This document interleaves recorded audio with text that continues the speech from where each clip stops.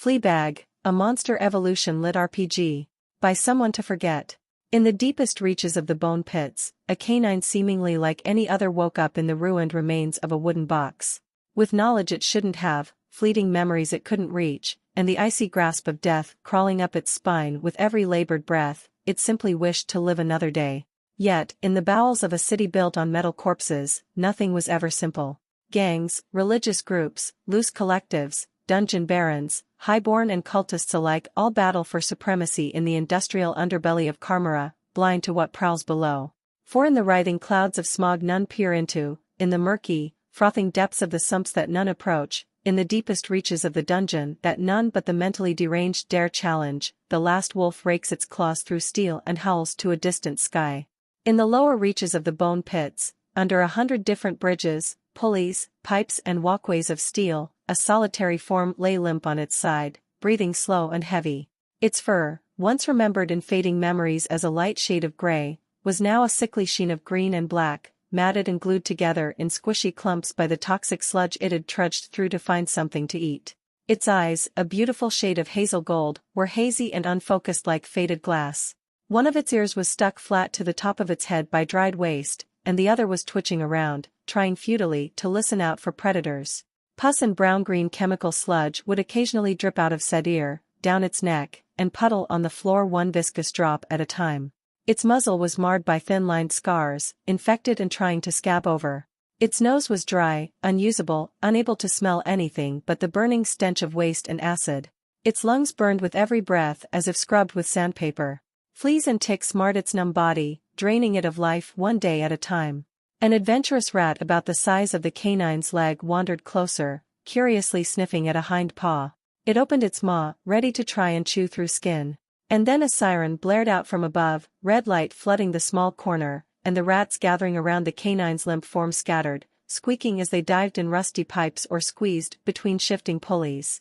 The red light shone down, illuminating the canine's slowly shifting ribs and angular, starved frame. The animal moved a little, struggling to lift its head.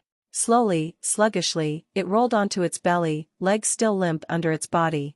Despite the incoming danger, it could barely muster enough strength in its cannibalized muscles to position its legs under its torso. The thunderous booming of machinery and gears grew closer, and the canine slowly managed to lift itself up, legs shaking like twigs about to snap under pressure. Slow, jerky steps carried it up the stone steps one at a time as the sounds of rushing liquid and shifting gears echoed down the tunnel. Mere moments after it dragged itself up the steps, a big portion of the metal walls in the back and front of the room slid upwards, a veritable tide of factory and two-legger waste rushing past, a river of filth. The canine didn't turn, stumbling forth. Pipes, latticework steel walkways over sheer drops hundreds of meters deep, and cobbled alleys flitting past in a fugue. It was dying. It knew. Too weak to hunt for food. Too weak to take it from others. So it stumbled forth, a dragging specter of fur, skin and bone. One paw after another, eyes blurry with tears. It was too weak to hold its neck up, snout almost touching the ground. Green-gray smog covered everything around it as it walked, the factories above all venting their fumes into the pits, the smell forever etched into its sensitive nose. It might have been stumbling towards the unknown for minutes. Might have been days. It couldn't tell. Eventually, the smog was left behind, and the orange-red artificial lights of the pits were exchanged for the soft yellow of light crystals. It simply followed the sound of life, not wanting to die alone. It walked until its shaking legs could take no more, and it stumbled before collapsing on its side. Sounds filled its ear and movement filled its eyes, incomprehensible, directionless. It was too exhausted and lost to process anything. As a two-legger walked through the alley, he paused, and moved his foot to slowly wedge under the canine's frame, lifting its body effortlessly and quickly shoving it aside to lay against the alley wall. The two-legger shook his foot in disgust, then turned away. Fuckin' flea bags everywhere. His footsteps faded. Time passed. People walked past it by the dozens, sparing it nothing more than a pitying glance at best, or a disgusted grimace at worst. Unconsciousness consumed it. When it woke up, the streets were emptier, shady figures in cloaks and metal face masks being the only occasional passerby. It didn't move. It barely even breathed, uncomprehending eyes staring at the gray, squeaking creature sniffing at its snout.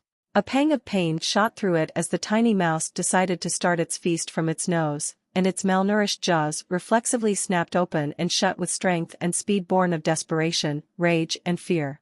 For a few moments, the canine sat in silence as it kept its jaws clenched with whatever meager power it could muster, its taste buds too burned through to recognize the taste of copper as the mouse squirmed and twitched between its canines one last time. Slowly, lethargically, the canine struggled to its feet, leaning liberally on the cobbled wall to its side. With great effort, it tilted its head back, and swallowed its first ever kill like a snake, not bothering to chew. No sooner had gravity adequately assisted its weak muscles in moving its prey into its stomach, did it let its legs fold out from under it, sliding back down on its side against the wall. Its eyes fluttered shut, ready to fall into another exhausted nap. Without warning, it felt something shift and unlock inside its mind with an almost physical sensation. Startled, its eyes shot open as it tried to get up, legs flailing and sliding across the ground for a moment as they buckled under its own weight, its body only raising an inch or two. It stopped quickly and sat on the ground, swerving its head back and forth, eyes darting around the abandoned alleyway. After several moments of nothing, it relaxed. Somewhere in the back of its mind, like a task put on hold, or an errant thought saved for later, something waited. Yet as much as the canine focused, it could not grasp the thought, nor understand where it came from. The short burst of adrenaline faded, and with it, most of its energy. A wave of dizziness turned its mind to fuzz, and as it placed its head on the ground, its eyes slid shut once more, hoping that it wouldn't be the last time they did so. System access requirement reached. / minimum intelligence threshold reached. / secondary system communication method activated. / language, Carmaran. / initializing. Species, wolf. Name, none. Racial skills, pack hunter, quick learner, devourer. Acquired skills. You have gained the passive skill, pain resistance, level 1. You have gained the passive skill, infection resistance, level 1. You have gained the passive skill, poison resistance, level 1. You have gained the passive skill, corrosion resistance, level 1. You have gained the passive skill, disease resistance, level 1. You have gained the passive skill, restful awareness, level 1. You have gained the passive skill, tough skin, level 1. You have gained the passive skill, iron stomach, level 1. You have gained the passive skill, magic resistance, level 1. Pain resistance, has leveled up. Level 1 level 17. Infection resistance, has leveled up. Level 1 level 7. Poison resistance, has leveled up. Level 1 level 12. Corrosion resistance, has leveled up. Level 1 level 4. Disease resistance, has leveled up. Level 1 level 4. Restful awareness, has leveled up. Level 1 level 2. Tough skin, has leveled up. Level 1 level 2. Iron stomach, has leveled up. Level 1 level 3. Magic resistance, has leveled up. Level 1 level 4. Acquired traits. Enduring, 1/5. You have felt the chill of death multiple times, and survived. You are slightly tougher. The great tower rang once, the deep sound reverberating downwards through miles and miles of haphazard iron architecture, reaching even the deepest reaches of the bone pits. The wolf's crusted eyes slowly opened at the sound after a moment of straining, much to its own surprise, and for a moment, it simply lay there, unsure of what to do. Its imminent death was something it had seen as a fact, yet now, it felt better than it had in months. Pain still racked its body, but it was faded, distant. Rather than each breath sapping its willpower with the searing agony of all its wounds, it was just a mild ache. Its breaths came easier, its thoughts were clearer, and the countless fleas and ticks that had attached themselves to it seemed to be having a harder time than usual at tormenting it. Out of curiosity, it shuffled its paws under its chest as best as it could, and pushed. Besides a tremor running through its weak legs, they surprisingly obeyed. Moving them still felt more like it was commanding straining tendons rather than even a single shred of muscle, but it walked on regardless, confused yet cautiously optimistic at the sudden improvements it felt. For a while, it simply followed the sound of nightlife with its single functioning ear, hoping that it would run into some half-rotten garbage that no two-legger would eat. Odd barks, strange grumbles and melodious howls littered the more open and lively areas, dozens of two-leggers packed tight in buildings reeking of both poison and food at once. Then, out of the corner of its eye, it spotted a flicker of movement in the shadows of an alley to its right. Barely wide enough for a two-legger to walk through comfortably, looming metal walls on both sides, and about as long as two two-leggers were tall. It seemed to be little more than an architectural mistake, in the corner of which was a tiny dark spot on the ground that moved and twitched with movements so small it was nigh imperceptible. It stopped, its ear straightening as it tilted its head. Deciding that something that was so much smaller than even itself might be a good prey, it cautiously stalked forward, lowering its head and going even slower than it already had. The shadow of the sphere lights outside receded as the darkness embraced its gaunt form. Only a couple meters away now from the small dark mass on the ground, the wolf recognized a familiar scene, one that it had many scraps with other strays over when it had woken up in the pits for the first time, having no memories of anything but basic concepts and definitions in its head. A mouse lay dead against the wall, the front half of its body half-eaten by a small group of armored six-leggers, each roughly one-fifth the size of the mouse itself. Perhaps due to its extremely cautious approach, or perhaps because the mouse was in a corner, none of the armored six-leggers noticed it approaching, too busy with their meal. After a few seconds of judging distance and risk, the wolf experimentally opened its jaws, stretching them as wide as it could. It tilted its head a bit to judge how difficult it would be to down the mouse and the six-leggers in one chomp. Maybe risky, but definitely possible. The appearance of the six-leggers tickled at the back of its mind, and a word for them begged to be drawn out of the abyss. The wolf ignored it, crouching low on shaky legs and prowling closer and closer, until a single lunge would be enough. It cared not for the minutes that passed, or the rapidly decreasing mass of the mouse being speedily devoured by the six-leggers. Coiling its abused tendons and ordering its lethargic muscles to life, it lunged with an audible snap. Teeth scraped against stone for a moment, before they closed around its prey. An instinct in the back of its mind told it to shake its head, one which it suppressed, fairly certain its fuzzy mind would be unable to handle it and make it disoriented like last time. So, it simply clamped its jaws as tight as it could, observing the singular six-legger that managed to escape scuttle away into a hole in the stone, the rest squished into a blob of gore with the mouse in its teeth. Then its eyes rose and gazed upon the dead end in front of it, and fear coiled low in its gut as it realized that there would be no escape if something cornered it. With as speedy steps as it could manage, which weren't speedy whatsoever, it retreated back to the street as it snapped its head back and ate, keeping its head tilted sideways to have a single eye on the entrance of the cramped alley. Thankfully, nothing blocked its exit, and after a few moments of cautiously walking away from the scene, its tail hesitantly wagged just a bit. It was utterly exhausted, both mentally and physically, and it was still horribly hungry. But it felt like it had a chance. One of those giant rats might be too dangerous a prey to be worth the fight, but if it could move, it could scrape together enough food to keep going. Instinctually, it knew that even its meager recent snacks should have filled its tiny stomach, but for some reason, it felt ravenous. It was a strange hunger, neither purely physical nor purely mental, some odd mix of the two, yet the wolf was familiar with hunger, refusing the odd, risky urges its empty stomach pushed towards it. Attacking a two-legger, staggering and stumbling or not, was a terrible idea. As it wandered around, looking for a half-decent place to sleep, it had to stop and retreat increasingly often from incoming two-leggers, or squish against a wall as they passed, ready to bolt if they shifted their stance towards it. While some of those creatures had tossed scraps of edible food before, most two-leggers either stared it down with a strange, contorted expression that couldn't have been anything good, and a few outright tried to chase it out of their territory. Yet when the entire world was their nest, there wasn't really anywhere safe it could go without any two-leggers around. All the places that were devoid of two-leggers were full of brown-green toxic waste and the equally dangerous animals that gathered around such places. So it took the route of least danger, trying to seem as small as possible as two-leggers made noises at each other and mostly ignored it. Many times over its short life it had heard certain sounds be uttered by the two-leggers as they looked at either itself or some other kin. Mutt, Fleabag, stray were the most oftenly repeated words, yet try as it might, it couldn't recreate them, nor understand why they used such complex and differing noises to alert each other to the presence of canines. All of a sudden, a realization struck the wolf. It was ever since it had seen, or more accurately, felt that odd dream of ideas, thoughts and concepts yesterday, that it knew what it was. That it was different. The others of its kin were by all accounts very similar in build beyond some small differences, but somehow it knew that it was a wolf now, while the others were, something close, but not the same. Somehow, they knew as well, or so it would seem as it looked back on their interactions.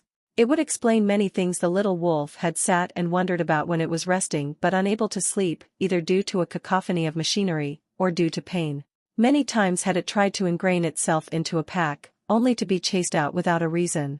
One sniff was all it took for a curious kin to turn flighty and avoid it entirely, if not outright snarl and snap at it while retreating, as if the wolf was about to try and eat it whole, despite the obvious size difference between the teenage pup and full-grown canines. Yet try as it might, it couldn't detect whatever it was the other canines had smelled on it, besides the usual filth. Now, it finally had an idea as to why all its lookalikes recoiled at its presence. It simply did not belong. It was alone. It always was. Its few understandings of social interactions and the world observed from afar, learned or remembered through unknown avenues, or inferred from base instincts, but the realization that it wasn't just unaccompanied, but well and truly alone, the only one of its kind in the small world it knew, that realization made its steps slow, until it was simply standing in place, dazed. A deep sense of loneliness made its chest tight, and hazy memories of sleeping in a pile with other wolf cubs were brought to the forefront of its mind.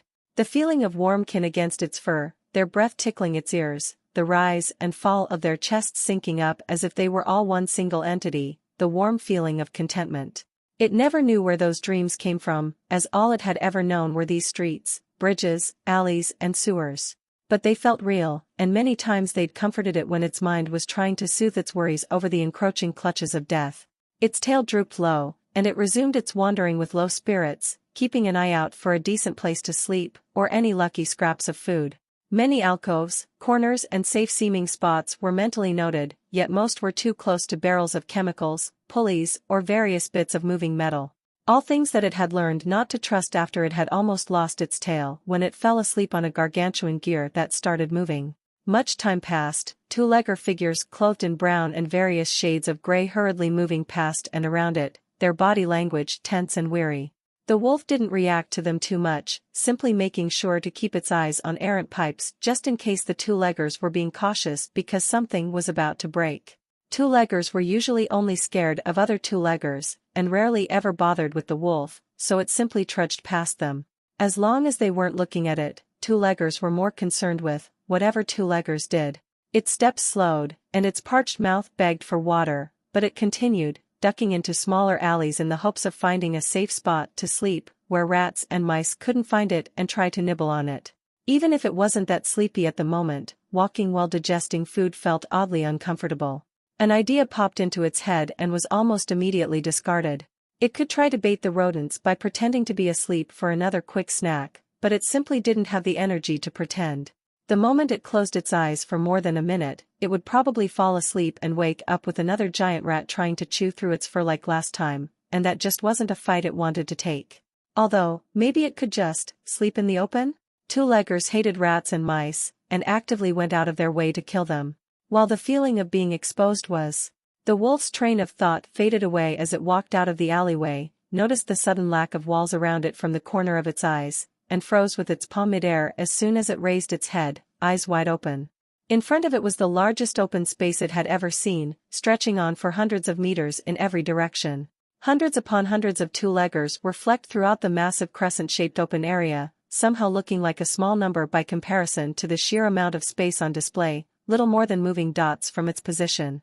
The wolf craned its neck upwards, for the first time feeling its eyes actually strain to make out the details of the countless black lines, towers, latticework bridges and elevation platforms covering the open area like an unintentional dome of mind-boggling complexity and scale. Giant sphere lights were connected to thin metal towers that punched through the crescent metal platform, and reached up to the bridges and walkways above, seemingly created for the sole purpose of lighting and connecting various hanging wires from one place to the next.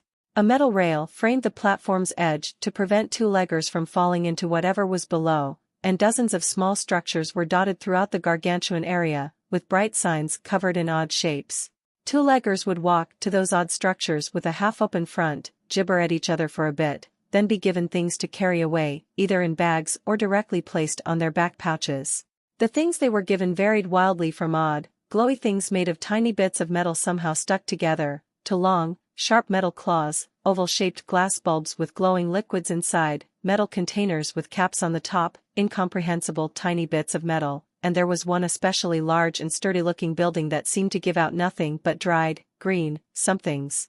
They looked oddly organic and familiar, but it had never seen anything quite like them before. Its first thought was that the two-leggers might be making a new nest as it finally let its paw hit the metal underneath, tail involuntarily wagging in excitement as it gazed around an entirely different world in wonder. The streets and alleys it knew were all so small, all of a sudden. All the miles and miles of snaking tunnels, toxic waste pits, alleys and bridges and factories, all of them now seemed like only a tiny part of a bigger whole. One so big that it was almost scary to imagine. To the wolf's right, the metal crescent abruptly stopped at a certain point, cobbled stone replacing it with giant streets that were twice to thrice as wide and multiple times as long as those it was used to traversing through. In a daze, it walked forth, eyes drinking in every detail it could. Even something as simple as the streets that led to the platform were so foreign to it. Whereas below they were uneven, cobblestone lines like snakes that changed width with every few steps, moving in dizzying spirals and the occasional, rare straight line in between. The roads here were perfectly straight between the buildings framing them on either side, smooth and flat and completely straight, almost blocky.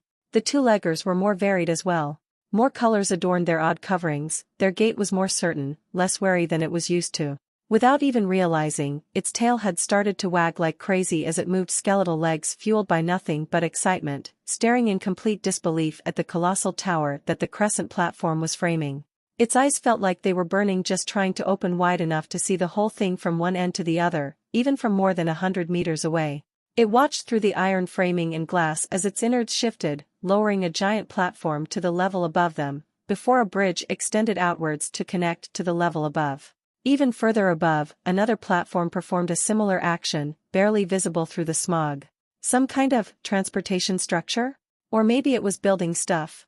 As if the world was reprimanding it for admiring something made by its betters, a two-legger chose that exact moment to let its eyes wander to the wolf from where he was talking to one of the shopkeepers, an expression of disgust taking up his face. It raised a finger towards the wolf, whose eyes were still nailed to the tower in wonder. Spark bolt.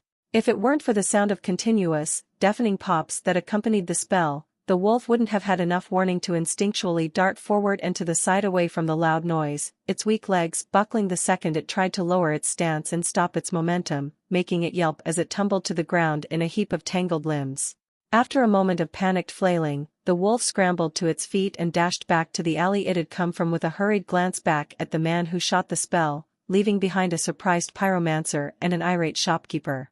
"Are you stupid, kid? No fucking magic in the market." A voice barked behind it.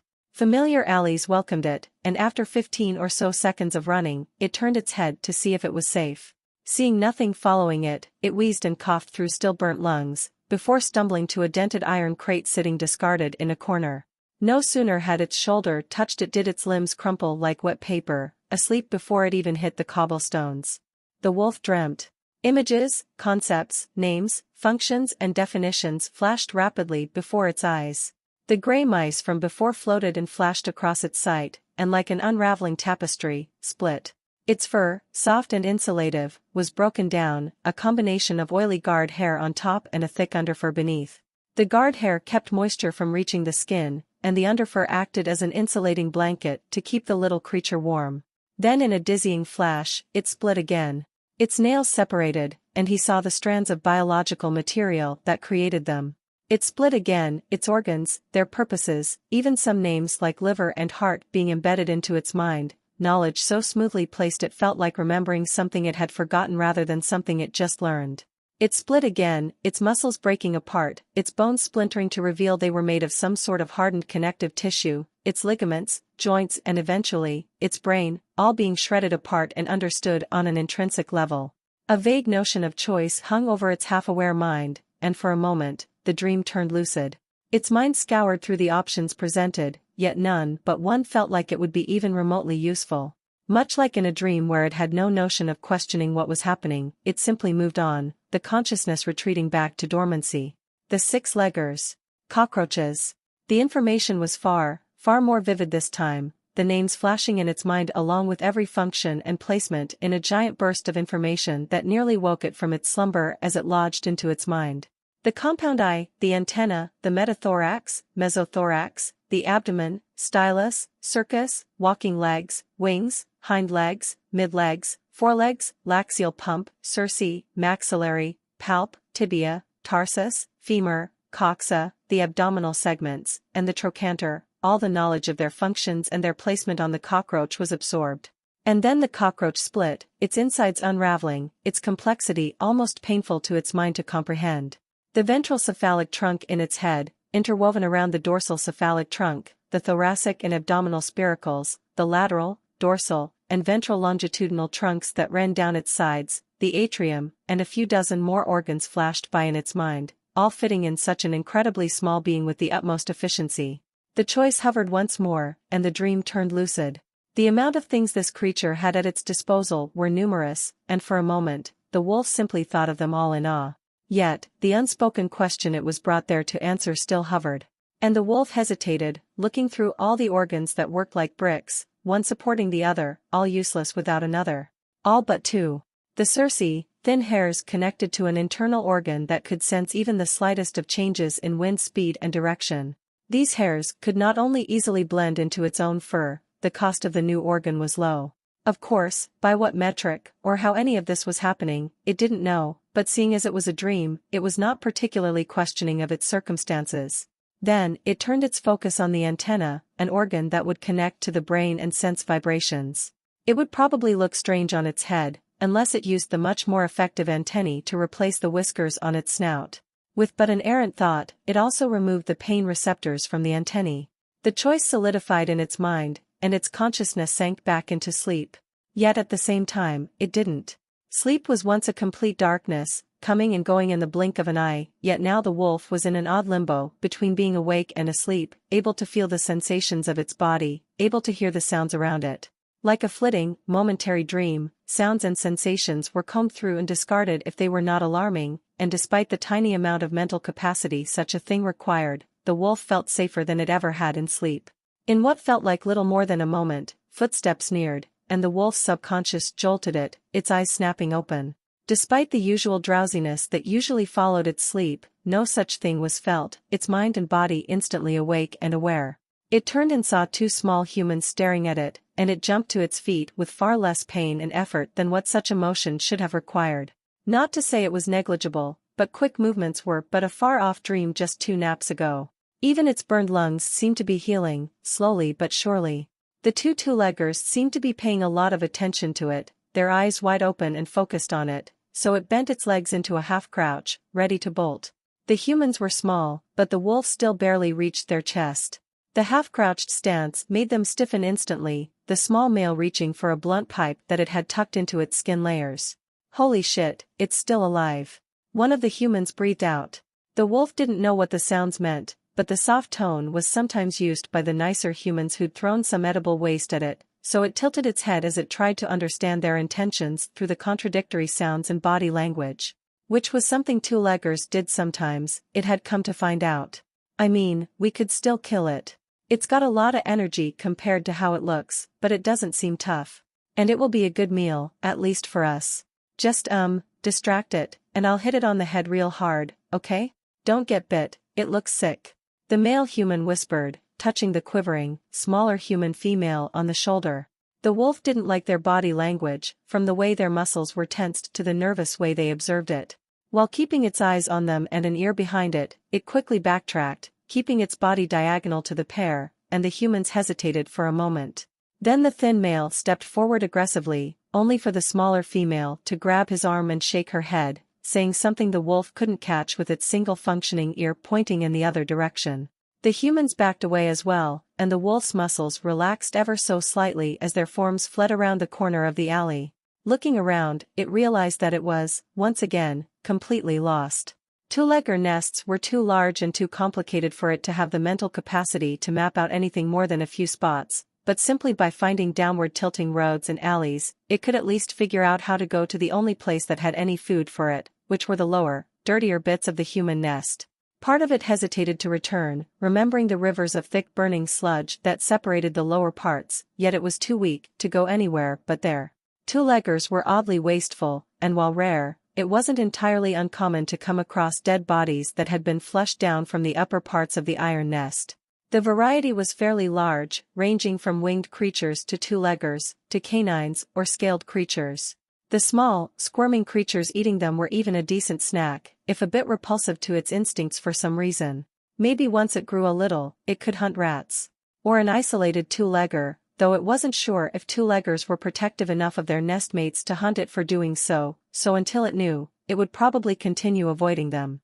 With slow, careful steps, it slowly stalked through green and yellow-tinted streets, under hanging signs and barking and howling two-leggers, squeezed through metal fences both bent and cut through, crawled under tightly pressed pipes several times larger than itself, lapped up some dripping water from one of the leaking pipes for a few minutes and rested, then continued until it found what it was looking for. One of the giant pipes that led directly down to the green-brown rivers, diagonal, huge, and hanging over a complicated network of abandoned automatic factories, walkways, bridges, and cables. After a bit of climbing and a small jump, it got on the pipe, tail tucked between its legs. It began to slowly inch its way forward on the downwards sloping pipe, the eroded nature of the metal being the only thing giving its paws any friction and preventing it from slipping off into the increasingly lifeless darkness underneath, lined with cold, dead metal. Its instinct screamed at it, turning its limbs stiff with the fear of the giant stretch of air and cables separating it from the walkways underneath. Yet, it still inched forward, knowing it had to use whatever meager energy reserves it had to get to the only feeding ground that it had proven at least a little successful in. Eventually, the pipe connected to a giant metal rectangle, drafted onto a cylindrical pillar of steel that reached up and down beyond where its eyes could see, and the wolf had to jump to the metal walkway underneath to continue. If it could grip the metal bars that the two-leggers used to descend to the burning rivers, or use one of their hanging boxes that went up and down on one of the iron cables, its journey would be little more than a field trip, but it couldn't. Bracing itself on legs quivering with fear, it powered through the instinctive fear of the massive height underneath the walkway, reasoning to itself that it had taken such drops a dozen times before. Yet, the temptation to walk back up the pipe and take the long way down through the snaking alleys and stairways was still there. But, it knew that that was the wrong choice. Its legs hurt, its deaf ear was slowly becoming itchy and attracted more and more flying tiny insects, its limbs felt weak and wobbly, its throat felt so dry it was worried it would start cracking like dried dirt, and its functioning ear was so swamped by the constant clanging, humming and shrieking of the shifting metal in its infinitely vast surroundings, that it was starting to feel a little dizzy. And the thought of getting dizzy when it was sitting over a death drop was the straw that broke the camel's back. With a timid shuffle that made its fur crack and split from where the sludge had solidified on its back, it moved to the corner of the pipe, and with a yelp of fear, allowed itself to slide off onto the walkway underneath. Its legs crumpled underneath it like wet paper, and the walkway moved underneath it for a moment with the familiar rattle of failing metal, filling it with cold terror. Yet even as the metal railing kept wobbling in its loose casing, the walkway stabilized. With a mild pant to its breaths, the wolf slowly got up from its bruised rib cage, and walked down the winding staircase that curled around the metal tower like a jagged metal centipede, bits of broken and bent railing being the only thing that stopped it from falling off to its death from a single misstep. Small, flat metal platforms were placed in front of heavy iron doors every few feet down, allowing it a moment of relatively safe rest on its journey downwards. The metal towers usually reached around some sort of two-legger gathering spot, and from there it was only a short walk to the burning rivers.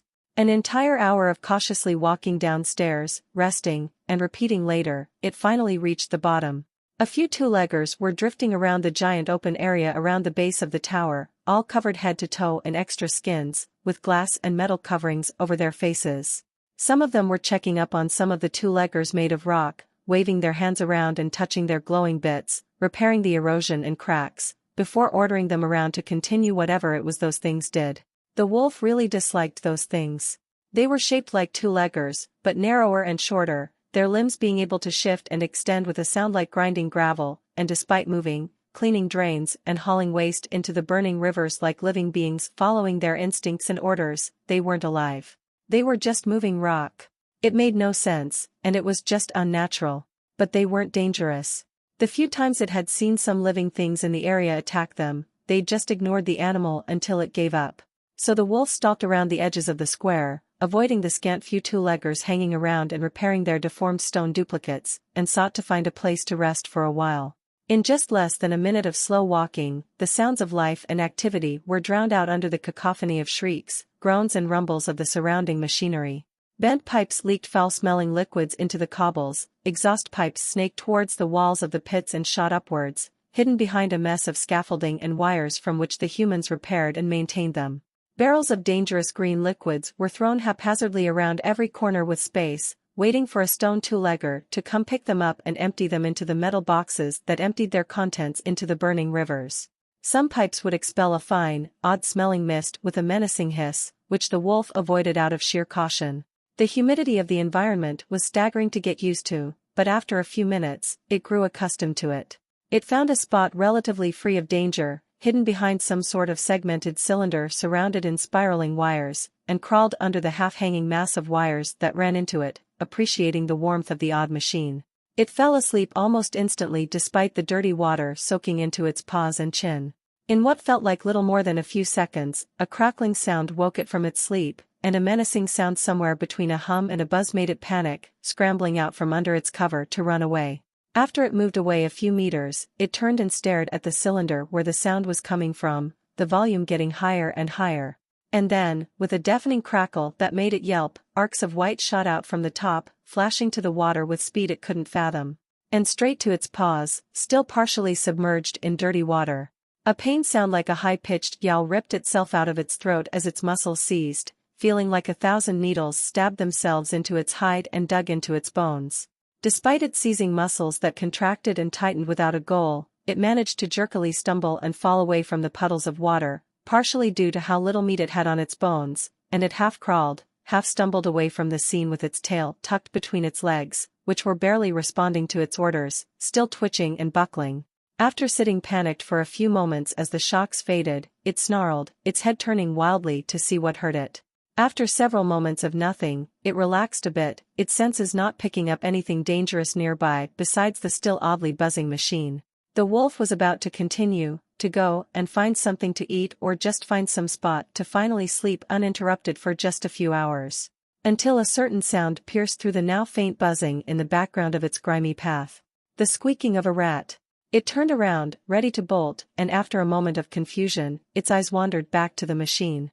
In one of the puddles, a small rat was suffering in much the same way the wolf had, trying to walk yet twitching and rolling instead, the white arcs ravaging its soaked, tiny body much more than it did the wolf. Despite the adrenaline in its veins directing it to run away, it slowly stumbled back to sit next to the puddles, its movements a little more even and controlled by now, and sat on its haunches, watching the rat, waiting for it to either stop moving or grow so exhausted it could eat it. After a minute or two, the rodent barely twitched, its chest pumping up and down as it hyperventilated.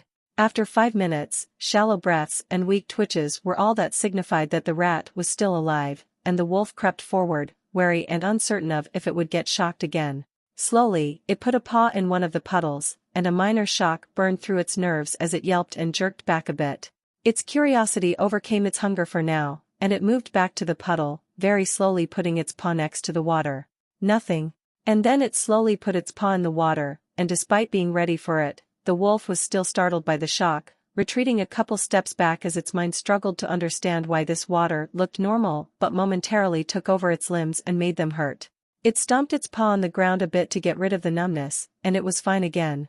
It moved to another puddle and put its paw in it. Nothing. Puzzled, it tilted its head, trying to find some pattern to what was going on. It took more than a few attempts as it ran around the area, shoving its paws into water with increasing fervor to try and understand what was going on, until eventually, the machine crackled again, this time much quieter, and white lines visibly flashed down from its top down to its base, and spread throughout the water that touched its metallic base that was bolted into the cobblestones. The smell of charred rat confirmed that the rodent was definitely dead, and after a moment of staring, the wolf moved to a puddle that was isolated, carefully putting its paw into it. Nothing. And then, with extreme hesitation, it put its paw on a small puddle connected to the water that had the white lines through it a moment ago. Pain shot through its front leg, and the pup snarled in response as it jerked back, experimentally moving the limb back and forth in the air to gain back the feeling. As its eyes settled on the rat, it couldn't help but linger on the mystery of the sparky water, and after a couple seconds of thought, it realized what was happening. Or rather, a rough approximation of it.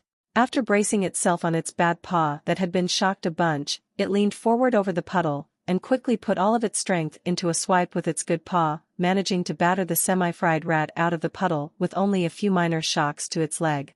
After another minute of waiting to make sure no more sparky water was on the rodent, which was about as large as its entire head, it poked it with its paw, and judging it safe, quickly chomped down. In little more than a few bites that felt amazingly easy, it had devoured the rat, fur and all, and started licking the blood off the floor. Smacking its jaws shut with a meaty clack of satisfaction, it turned and walked off into the dimly lit undersides of the mechanical behemoths above, wondering why its teeth felt almost as much resistance when biting through the rodent as they did when biting through air. With a jaw-popping yawn, the wolf settled to sleep, tucked next to a small series of heating pipes that kept it blissfully warm. A few moments later, its consciousness faded. You have gained the skill, Electricity Resistance, Level 1. Electricity resistance has leveled up. Level 1 Level 2.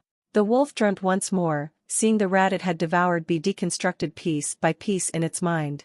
Yet, there was no real difference between a mouse and a rat besides size and tail structure, so there was little to see, and its choice in the dream was that the rat had nothing it wanted.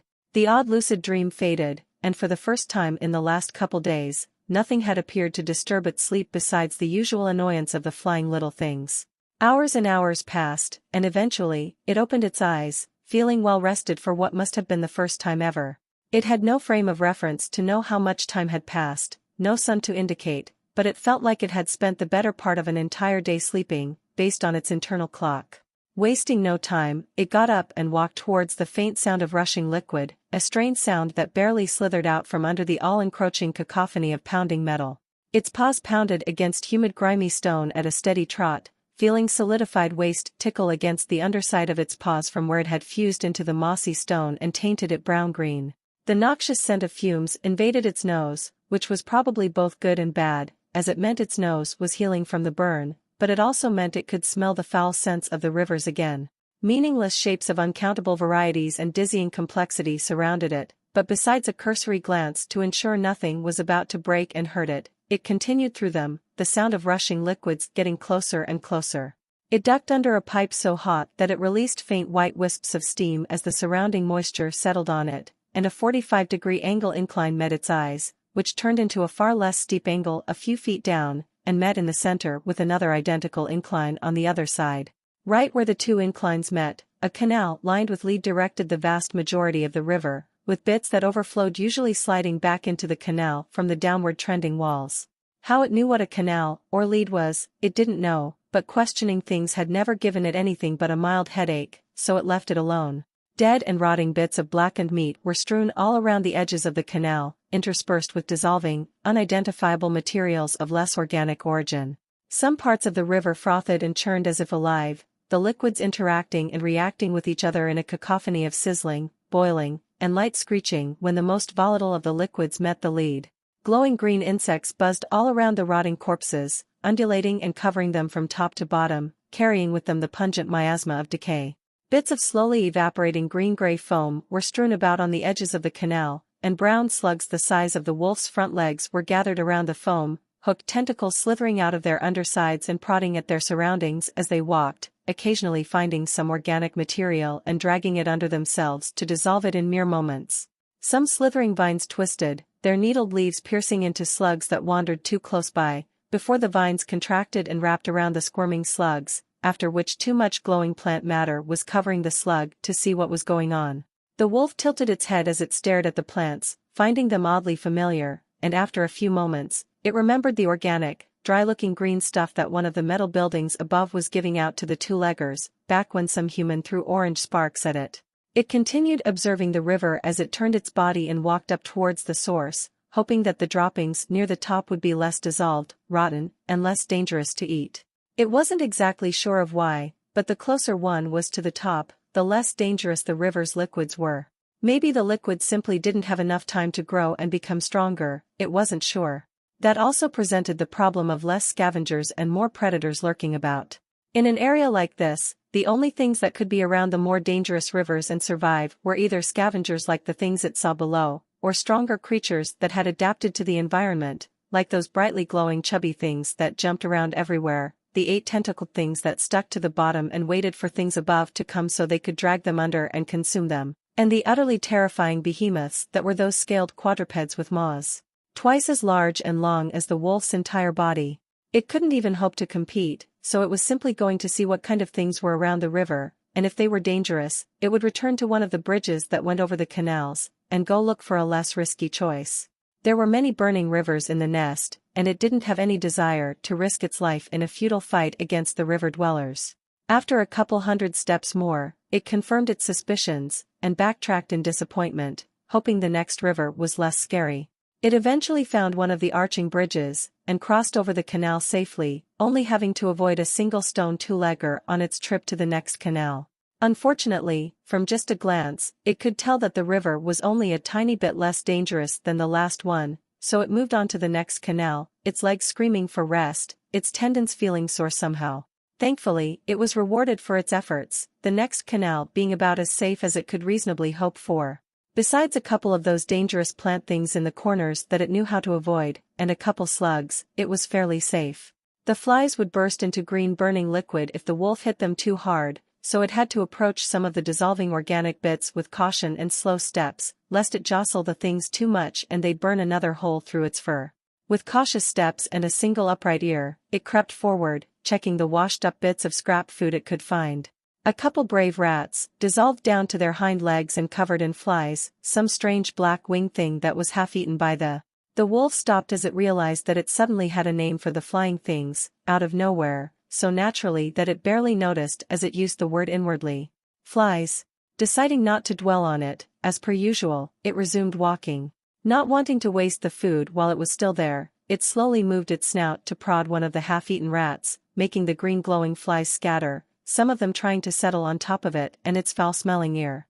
As soon as it was sure little to no flies were still attached to the rat, it gripped it between its teeth, barely feeling the pressure on its teeth, and briskly turned around, slowly increasing its speed until it was trotting away, and then lightly running, making sure no flies impacted it. After a couple moments, it turned, watching the scattered flies go off to eat the winged thing. It didn't particularly mind the loss. It had eaten more bits of rats than anything else, and it knew that they were at least somewhat safe to eat. It had never eaten one of the flying things. Although now it suddenly wanted to. Both its mind and body wanted nothing more than to turn around and charge through the flies, grab the odd black winged thing and eat it whole. Instead, the wolf chomped down on the half-eaten rat, flinching slightly as the familiar burning settled in its mouth and throat. Lessened significantly, but it still hurt. The first time it had chomped down a rat from around there, it was covered in so much burning stuff from the flies that its entire mouth and throat were rubbed raw and bleeding, and it had almost choked on its own blood when it went to sleep, barely able to breathe through the pain. Lessons in the two-legger's nest were often as dangerous to its life as they were helpful. It repeated this process a few times, but besides the tiniest of scraps, most things were too rotted, too dangerous, or too unknown for it to try and eat, despite the angry snarling of its stomach. Still, with the total amount of about an entire half of a rat in its stomach, this had been a great day when it came to food. It decided not to stick around too much in the area, both because some of its worst memories were created down there, and because it was far more dangerous than the places where two-leggers were, despite more food being available. It trotted up, backtracking to where the giant metal tower met the ground, and after about half an hour, it was safely nestled underneath the staircase it descended down with. For some reason the two-leggers rarely if ever used it, preferring their moving metal boxes that were on the inside of the tower, but it wasn't about to question why two-leggers were so insane they'd ride a moving box of metal rather than walk down like normal beings. Especially when it gave it such convenient shelter. It closed its eyes, fully ready and willing to sleep away its digestion and go back to find a few more scraps of food soon. Restful awareness, has leveled up. Level 2 Level 3. A short while later, it woke up from its nap and headed straight for the canals, taking a slightly different route that used the two-legger streets, hoping it would help it circumvent or entirely avoid things like the sparky water from before. Its left ear had started to hurt, enough for it to be noticeable, but there was nothing it could do about it, as any attempts to scratch it only made it hurt more. It got a little lost much sooner than it expected, the sound of rushing liquid too drowned out to be distinguishable, much less with a direction that the wolf could infer with any accuracy. With a low grumble of annoyance, it turned the corner and instantly stopped moving, tilting its head. A two-legger lay collapsed on the ground on its side, the glass mask the two-leggers wore cracked open, most of the glass missing entirely. The two-legger was groaning weakly, turning over on its stomach with slow, lethargic movements, its breathing ragged as it tried to curl its limbs inwards. The movements and motions of something dying were more than familiar to the wolf. It had gone through them itself multiple times. So it moved to the side, eyes nailed to the two-legger as it tried to find the best spot to wait for the two-legger to die, its limbs and heart basically vibrating with excitement at the potential of a huge meal. The two-legger managed to curl its bottom legs under it, and extended its upper legs to touch the ground, paws flat as it coughed, a wet, sickly sound. It put its bottom leg's knee against its own chest, supported it with its upper paws, and staggered upright, much to the wolf's dismay.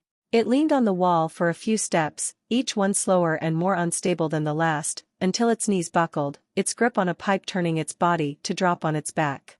The wolf stilled its tail that begged to wag, and slunk forward, as still as it possibly could be.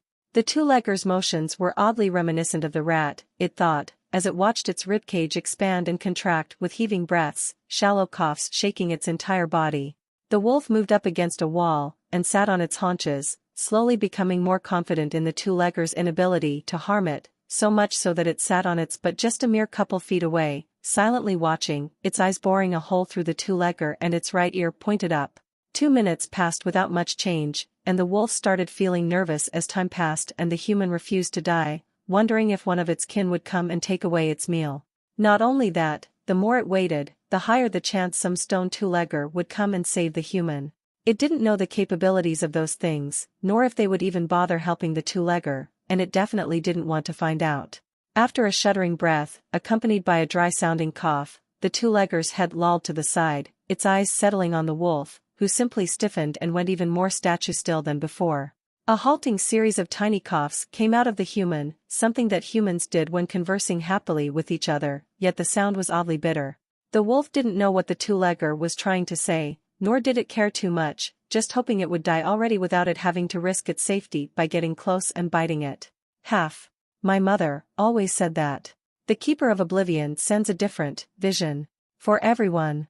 Oddly fit - a violent cough stopped the two-legger's sounds, but it continued after a series of small convulsions. Oddly fitting that he sent a dirty Fleabag, like myself. A shuddering series of sounds like the tiny coughs from earlier came from the two-legger, the sound more like a series of bastardized yelps, and the wolf tilted its head, curious as to what the sound meant. Despite its curiosity, however, it felt a heavy sensation in its gut, an unpleasant emotion like sadness as it watched the two-legger die. It was still just a lucky meal to the wolf, but the two-legger's eyes portrayed so much emotion, so much despair, that it transcended any and all barriers that stood between them, be they barriers of intelligence or linguistic ability. If it just closed its eyes, it could easily imagine itself in the exact same position, as it had been many times before, its breath choked by poison and fumes, certain it would die in a moment that never came, inwardly begging for one of its kin to sit next to it just so it would not die empty and alone. So a part of it was tempted to just make it quicker, jab its head into the human's neck and try to do the job itself. Caution prevented it from following through. Just give me a moment. Oh, honored guide. Let me regret just a bit more. The two-legger yelped again, tears visible through its shattered glass mask, pooling around its cheekbone. Another 2 minutes passed in relative silence, the wolf's concerns fading as it stood straight, staring into the two-legger's eyes without so much as a twitch. The two-legger's breathing grew slower and shallower, breath by breath, and that relatable, heavy emotion in its chest faded entirely at the prospect of a large, fresh meal, anticipation and joy taking their place. Renford breathed out slowly, the motion still almost causing him to burst into a fit of coughing. An odd sense of peace washed over him, tainted by despair. His lungs churned and burned and convulsed in his chest, the mana-infused poisonous fumes of the bone pits ravaging his insides. His broken gas mask obstructed his view of the guide, and for that, he cursed it more than he cursed it for causing his death in the first place.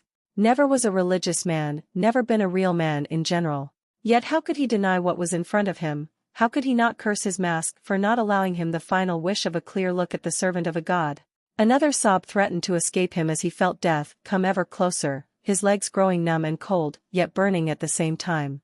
His vision swam, the colors changing and the shadows lengthening, darkening. It was a natural response, yet he still felt ashamed to be crying when he had already accepted what was going to happen to him the moment the glass cracked and shattered alongside his heart.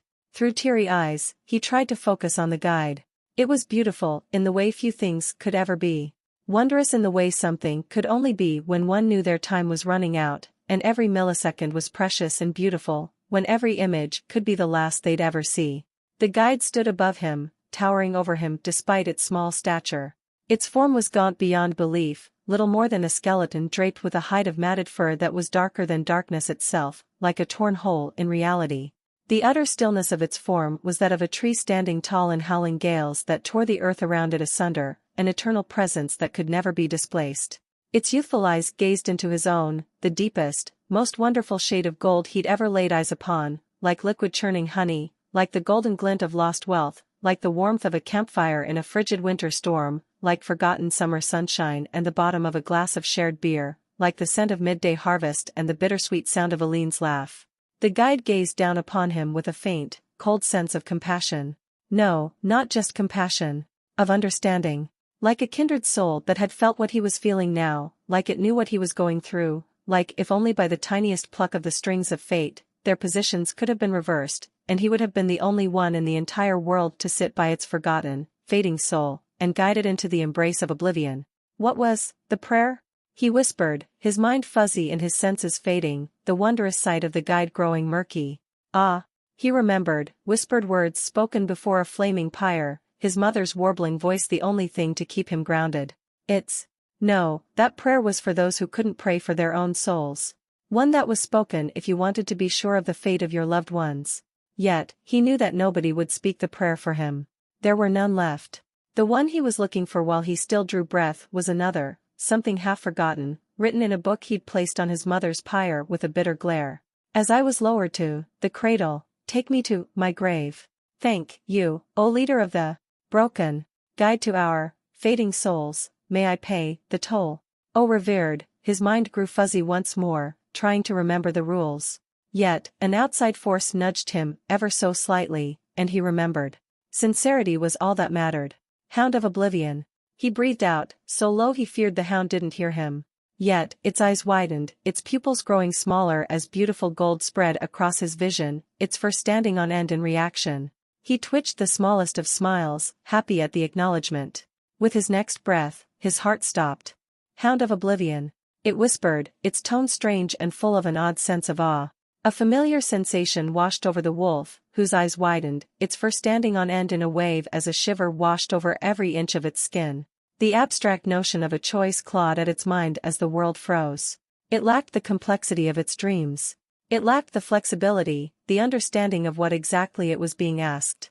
It was a simple idea of acceptance, or refusal. It found that it could not move. The two-legger's eyes remained glued to its own, and while no breath left its lips, not the faintest twitch of movement could be seen out of the corner of its vision, they were both frozen in time, the light of life frozen in the process of receding from the two-legger's eyes. The freezing grasp of death slithered up its spine, its gauntlet slowly closing around the scruff of its terrified neck, the tips gently scraping against its spine. It considered each option for only the most minute of moments, and found that both had dire consequences it couldn't fathom nor understand. So it accepted, and the world vanished. It did not fade, it did not dim. It simply vanished, there one moment and gone the next. There was no light, no sound, no scent, not even the faintest brush of moving wind against its fur. The all-encompassing darkness receded like ink retreating back into its fallen pot, condensing into a tiny pinprick of black in the distance, alone in a vast, endless expanse of pure white. As if the strings that bound it snapped all at once, the wolf could suddenly move, which it did by jerking out of its frozen position into a terrified ball on the ground, its tail tucked so deep between its legs that it brushed against its ribs as it stared wide-eyed at its incomprehensible surroundings. Had it any water in its bladder or any waste in its guts, it would have expelled them both out of pure terror. Despite the void of white all around it, there was ground under its feet, marble smooth and perfectly flat. Some corner of its mind wondered what if there wasn't, and then suddenly, there was nothing below it. It yelped in terror, legs kicking wildly as it desperately wished there was ground just under its feet, and suddenly, there was, its body slamming into the ground without an ounce of pain.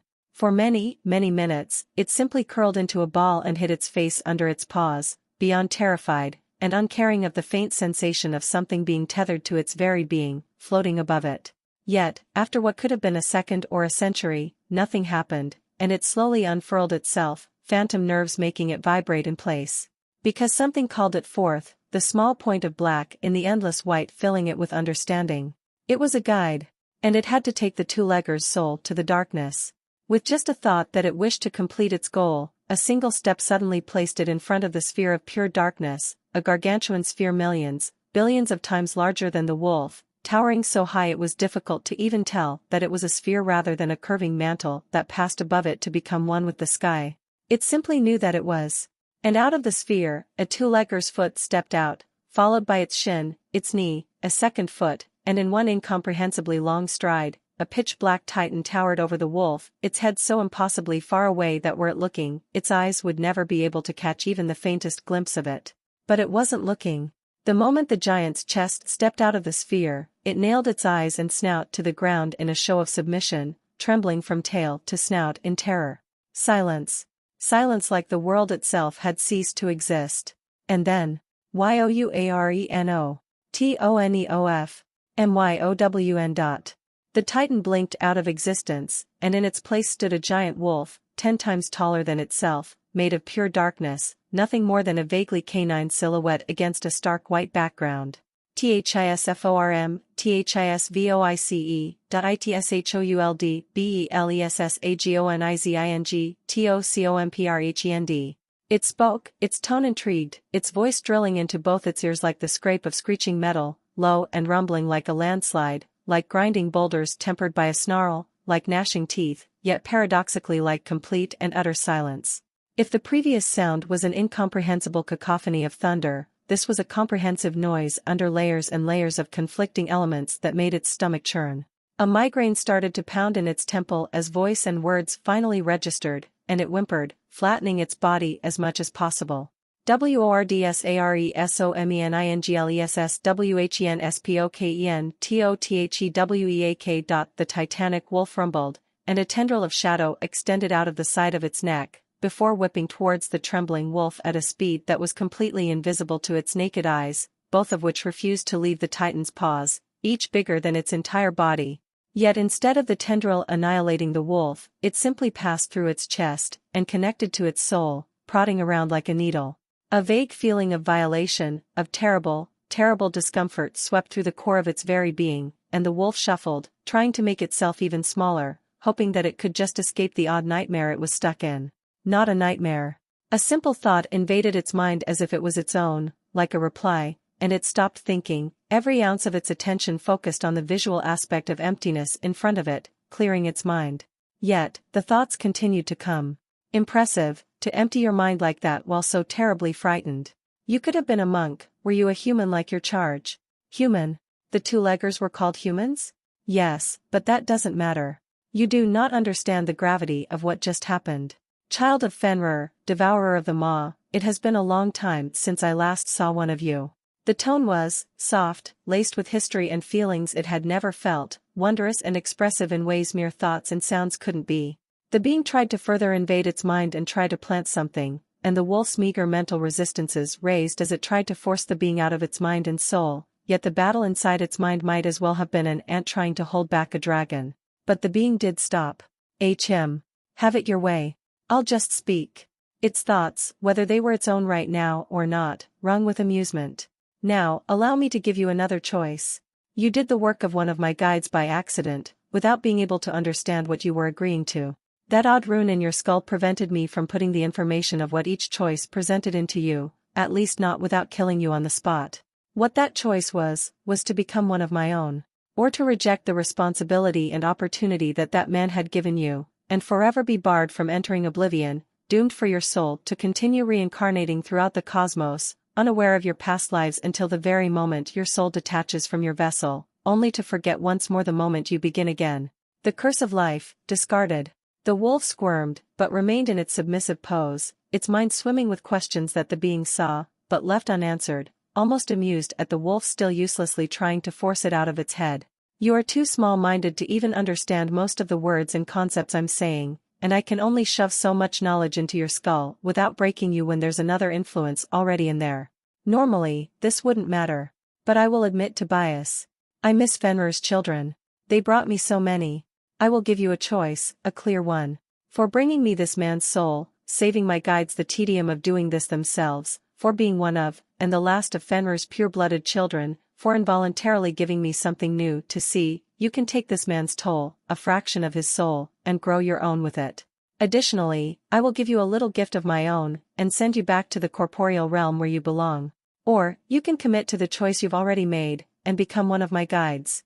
A vague notion of eternal servitude, the endless march of time, and the power it could gain from becoming a guide, all briefly flashed before its eyes. A thrum of disappointment passed through the being, and directly into the wolf. I can see your answer before you even think of it. But you are young, and I'll give you another chance, when your time runs out. For now, so be it. Simply think of me when you die, and I shall welcome you. Consider all this as close to an apology as you will ever get out of a deity. Goodbye, little pup. May you be as great as your origin, should the world allow it. The faint, near imperceptible tether connected to its soul was severed, and the intrusive presence in its mind and soul faded. And just like that, the world returned as if nothing ever happened in less time than it took to blink, and the wolf stood frozen in place, barely breathing. For a few minutes, it stood still, terrified, wondering if the Titan was still watching, waiting for its reaction, for an excuse to squash it like a bug. Experimentally, it got up on trembling legs, and looked around. There was something small and squirming in its chest, like a new limb suddenly grown overnight, but beyond that, everything was all right. Nothing had changed, the being from before vanished like a particularly vivid nightmare. Even if it wasn't. The wolf swallowed, and after only one more moment of hesitation, it got to work on cutting through the human's clothes, hooking its canines into the straps of the mask and ripping through them with shocking ease. A few tugs later, the human's bulky skin cover was removed and ripped apart, and with one last nervous glance at its surroundings, it bit down on the human's neck. Like its fangs weren't even there, its gums very suddenly impacted rapidly cooling skin, and for a moment it panicked, thinking it had somehow lost its teeth and didn't notice. It recoiled, and watched the red gashes where its canines had ripped the human's neck to ribbons from the motion. Just to be sure, it ran its tongue over its teeth, and with its worries assuaged, it bit down once more, ripping chunks of meat out of the human's neck and into its gullet. In less than a minute, it snapped its spine like a twig, dragging the head to hold it down between its two front paws. 5 minutes of crunching bone later, it threw its head back and gulped down the last spinal disc attached to the head, and got to work on the body. Realistically, it knew it should be beyond full, puking its guts out from overeating. Instinctually, it knew that it shouldn't be gorging itself so much after starving for its entire life. Yet, even as its teeth tore apart the human's rib cage as if it was barely there, and started ripping out organs, it simply couldn't be sated. A shiver of primal pleasure ran through its body, and something in its mind stirred, churning and bubbling and hissing in its ringing ears. Its mind and body both held for more, so the wolf continued, uncaring of how utterly impossible it was for it to single-handedly consume a human whole. Its biology was closer to the rat than it would have expected, with the lungs, heart and intestines being roughly in the same area. Yet, it gave that thought nothing but a passing consideration before it rammed its snout into the human's chest, and started devouring every organ of its upper body, intoxicating crimson bathing its tongue, soothing its parched throat, filling it with energy. After it had consumed the heart, the flesh and collarbones, it turned down and shoved its snout into its intestines. Gripping them between its teeth, it began to pull them out. In and out, over and over until its neck started getting sore from the motion, until finally, a pile of bloody intestines was laid out next to the human's hips, and with one sharp tug, the intestine pulled on the stomach, and the human's organs collapsed as any semblance of structure and order was abandoned from losing their base. Livers, flesh, small and big intestine, it all blurred together into a euphoric ecstasy as it binged on the flesh of a man that was alive mere moments ago. For another 10 minutes, it simply devoured everything mildly squishy looking before it, only barely remembering to hurriedly glance around for any prying eyes. 20 minutes later, it was halfway down the human's spine, licking and devouring every tiny chunk of bone and meat that the human had, its tiny snout and even smaller teeth struggling with the bigger bones and muscles of a human large enough that it could have curled up into its chest cavity and taken a nap in it. Its stomach churned, so full it should have burst 10 times over, yet its belly had barely moved, an odd sensation of discomfort and exertion being the only thing that changed about its insides. The scent of tangy iron and death hung thick in the air around the chem-scorched cobbles of the alley. Another 15 minutes later, it finally got to the legs, struggling to pull them out of their odd extra skin, which was disgusting and made its stomach hurt. Its ears were ringing, a faint, repeating whistle rhythmic to the drumming of its heart slamming into its ribs. As its mind screamed to eat, devour and consume without a care in the world, its frustration grew, until it eventually decided to just tear the extra skin off with its teeth like before. The bulky, lead-lined boots and shin guards were caked in burning river fluids, but it didn't care, clamping its small jaws around the shin and raking its teeth through the metal with only a mild feeling of strain, like cutting through half-melted meat. But its canines were too small to pierce through the thick metal, and the more it raked its canines through it, the more jagged it became, and the more sharp pieces of metal pierced and cut its gums when its teeth nearly effortlessly sank to the base. With a snarl of frustration, it moved up to the thigh, gripped one of the exposed leg bones, and started violently thrashing side to side, hoping to dislodge the leg from its confines. Its razor-sharp front teeth only managed to cut off its bulbous tip. It stomped a paw, licking its chops after it hastily swallowed as it tried to figure something out. After staring at the other end of the legs, it dashed to the human's ankles, and tried to indulge the howling lust for food. As its canines sank and hooked into the metal where some moving bits allowed the human to move its paws properly, a sound suddenly cut through its surroundings, and as if a burst pipe had covered it in cooling fluid, it went cold, freezing with its jaws stretched apart almost to the point of its bones snapping out of their place around an incredibly bulky and incredibly heavy foot that it was somehow lifting as it raised its head. "Renford! You stupid, bumbling fucking gambler shitpit cunt. Where the fuck are you?"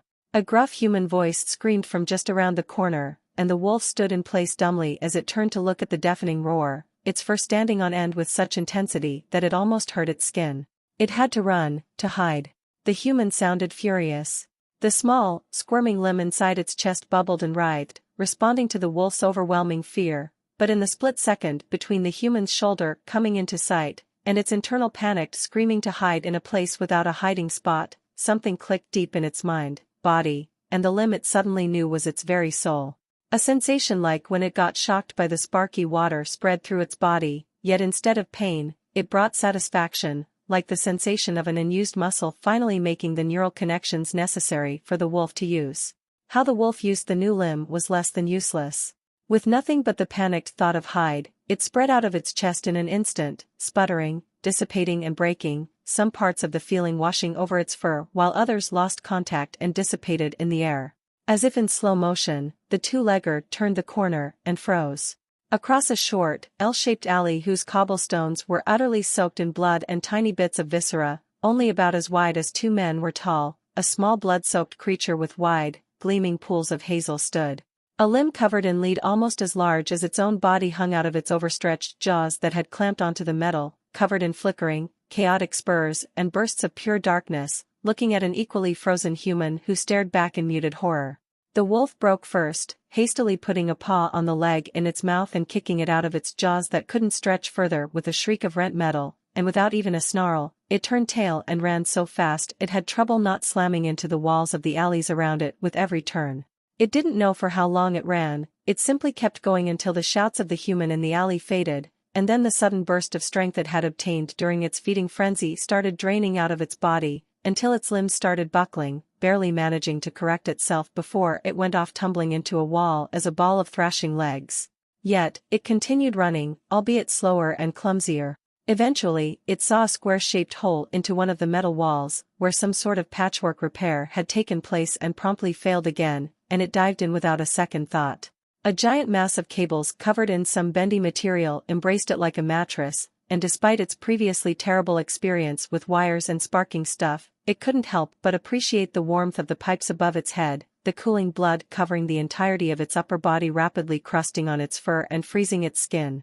With a mild shiver, it licked its bleeding gums, and after several lengthy minutes of no danger coming, it relaxed, its panting tongue lolled out and dripping blood onto the crimson-painted cables. It shuffled its body deeper into the mass of soft cables until it wasn't visible from outside, emotionally and physically exhausted beyond what it thought possible. The moment its eyes closed, it rested, restful awareness, rapidly bringing it back to some semblance of consciousness. "You have opened the unique path, Hound of the Keeper. Do you wish to follow it?" The wolf's lucid dream presented a choice, and the wolf focused on the symbols, trying to better understand the choice before it with all the caution and fear of an animal not wishing to confront something as dangerous as the being of darkness again. Visions flashed and swirled before its eyes. The rough concept of the keeper, sitting in its incomprehensible realm as it contained oblivion, countless little threads connecting its soul to puppets who flashed across the wolf's world, and traveled through their chains to present souls to be cast into the rift of non-existence, taking their toll. And one of those threads extended down to the wolf, yet it was no tether nor restraint like the others, but rather, a connection.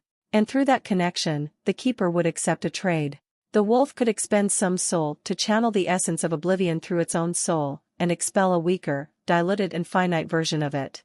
The visions flashed, and the wolf saw itself hurling a small sphere of pure nothingness through the chest of a human with nothing but its mind, leaving behind a round, cone-shaped hole as the sphere rapidly diminished, until it exited through the human's back, barely the size of a tooth, and shot off into the distance.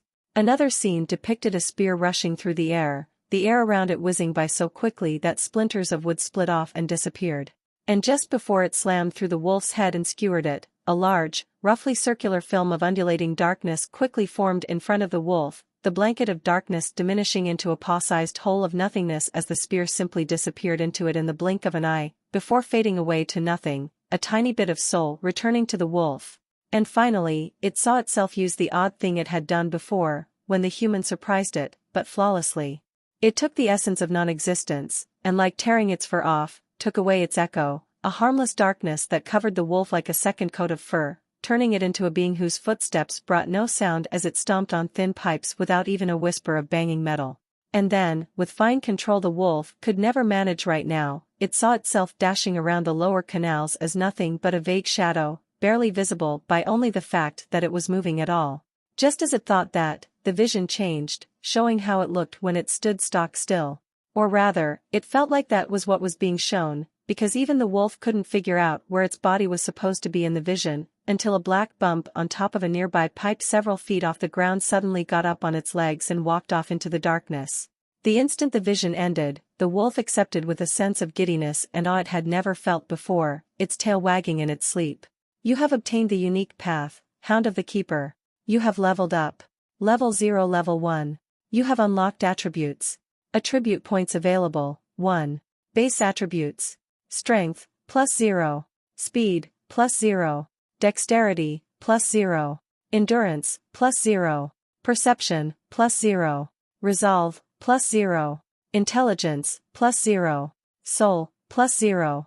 The wolf focused on each word to parse their meaning, but the moment it understood that endurance meant something like a combination of physical toughness and stamina, it instantly chose it. Endurance, +1. The symbols continued moving across its dream sight. Acquired skills. You have gained the skill, Mental Resistance, Level 1. You have gained the skill, Soul Perception, Level 1. You have gained the skill, Mana Perception, Level 1. You have gained the skill, Mana Manipulation, Level 1. You have gained the skill, Echoes of Oblivion, Level 1. You have gained the skill, Blood Rush, Level 1. Dash, Mental Resistance, has leveled up. Level 1 Level 28. Dash, Corrosion Resistance, has leveled up. Level 4 Level 5. Dash, Restful Awareness, has leveled up. Level 3 Level 5. Dash, Iron Stomach, has leveled up.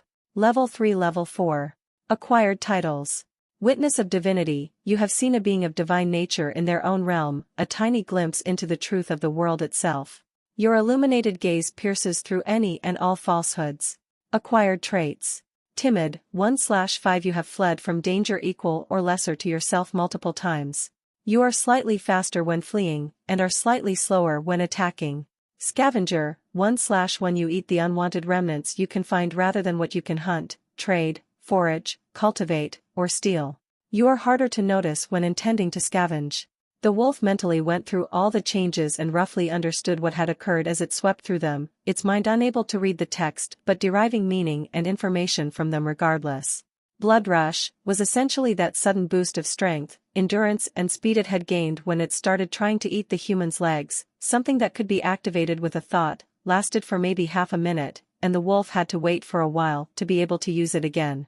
Mental resistance was some type of mental wall that would block things like the keeper from delving into its head, assuming they were a couple million times weaker than it.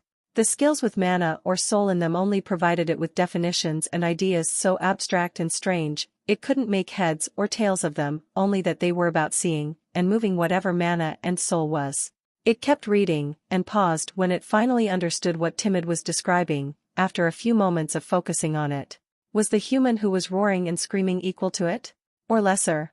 The idea was ridiculous, simply by dint of size. The human head towered over it, twice to thrice as wide and 4 to 5 times as tall, covered in thick extra skins and plates of lead.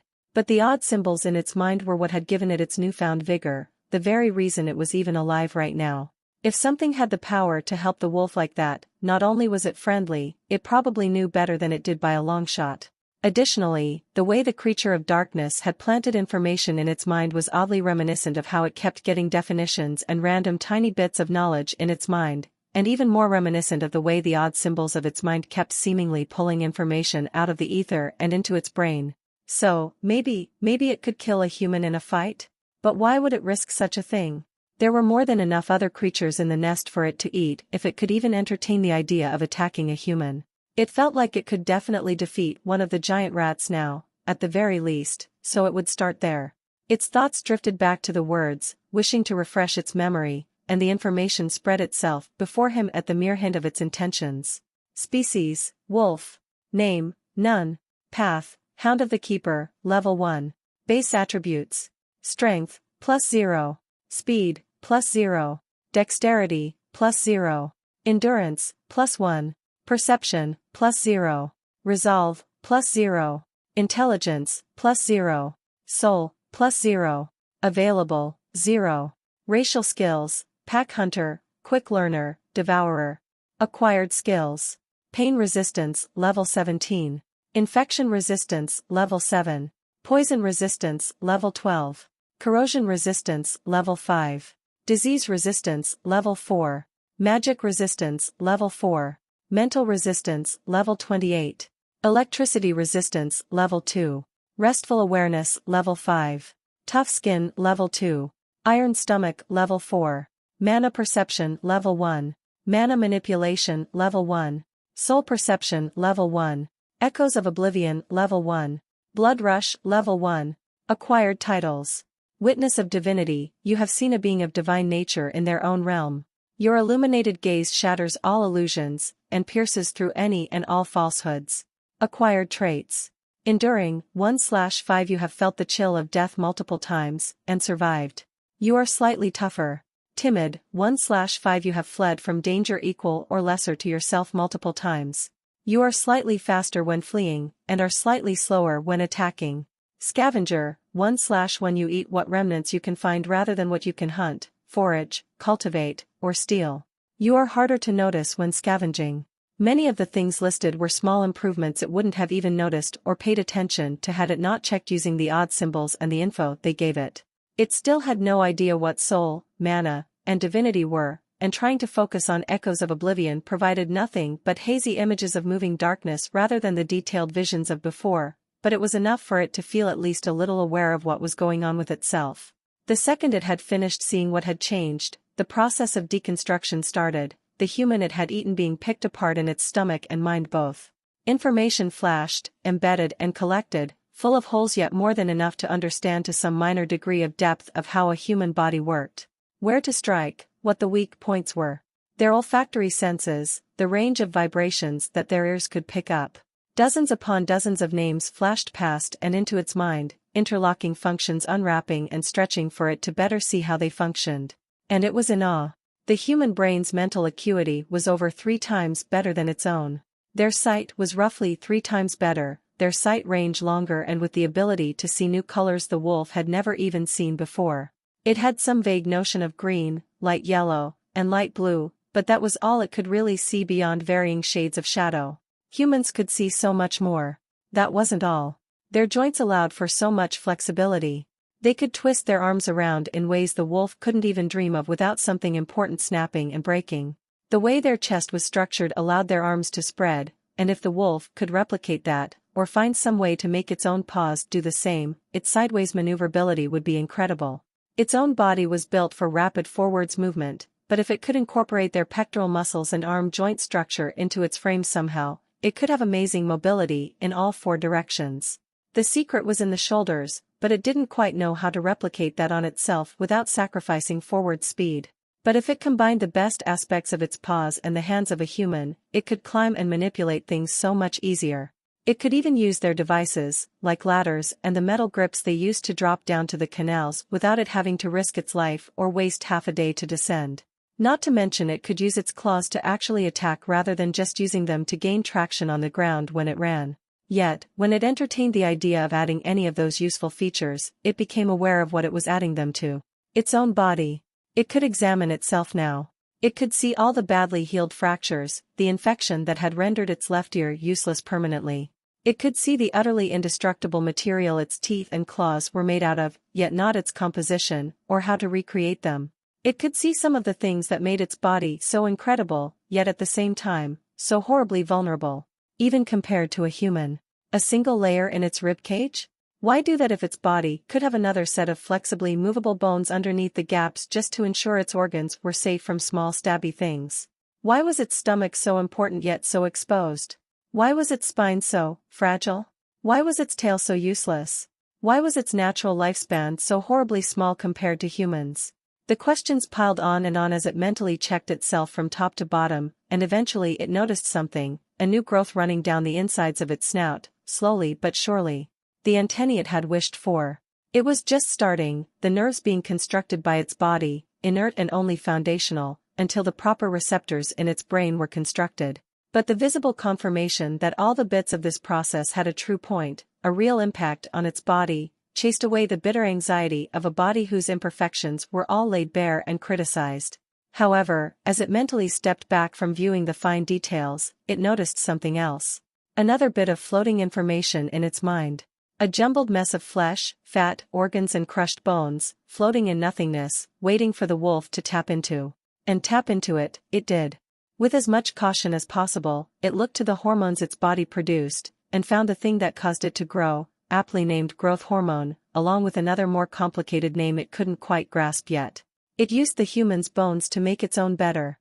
Stronger and heavier, if only by a little bit. It assigned the human's flesh and organs to be quickly digested, and gently nudged its body to produce a little bit more growth hormone, enough to grow bigger just a bit faster, but not enough to cause complications in its body, one that it wasn't entirely knowledgeable about right now. Caution above all else. It used some bits of cartilage to reinforce weak joints, some bits of flesh and blood to replenish that which it had lost from its bleeding mouth, and after some serious deliberation, tried to do something a little more complicated. Adding more tendons. If it was understanding the information before it correctly, tendons lead to increased muscle mass, vastly increased strength, and it was something its body could do naturally, completely on its own, rather than something the wolf would have to irrationally worry about crippling itself with if it did something wrong. It took a long time, even in its dream space, but it eventually managed to mold a functional shape in its leg bones and joints for the new extra tendons to run through, with heavy assistance from the odd presence in its mind that made the text symbols appear. Of course, it was just a sort of direction more than anything else, and the physical changes would take a while to appear, but it was a great start. Those changes complete, it returned to its previous grafting procedure, and quickly chose to have its eyes be more humanoid in structure, but not appearance, enough to be able to see more colors, see further and sharper and still maintain its superior night vision by keeping the reflective lining behind the retina.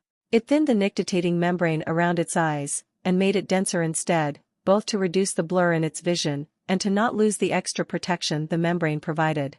It thought long and hard about the human brain, yet it was just too complex to feel safe picking it for itself with such little information. That, and something warned that it would have to change both its size and current skull structure to accommodate a brain of such complexity and size.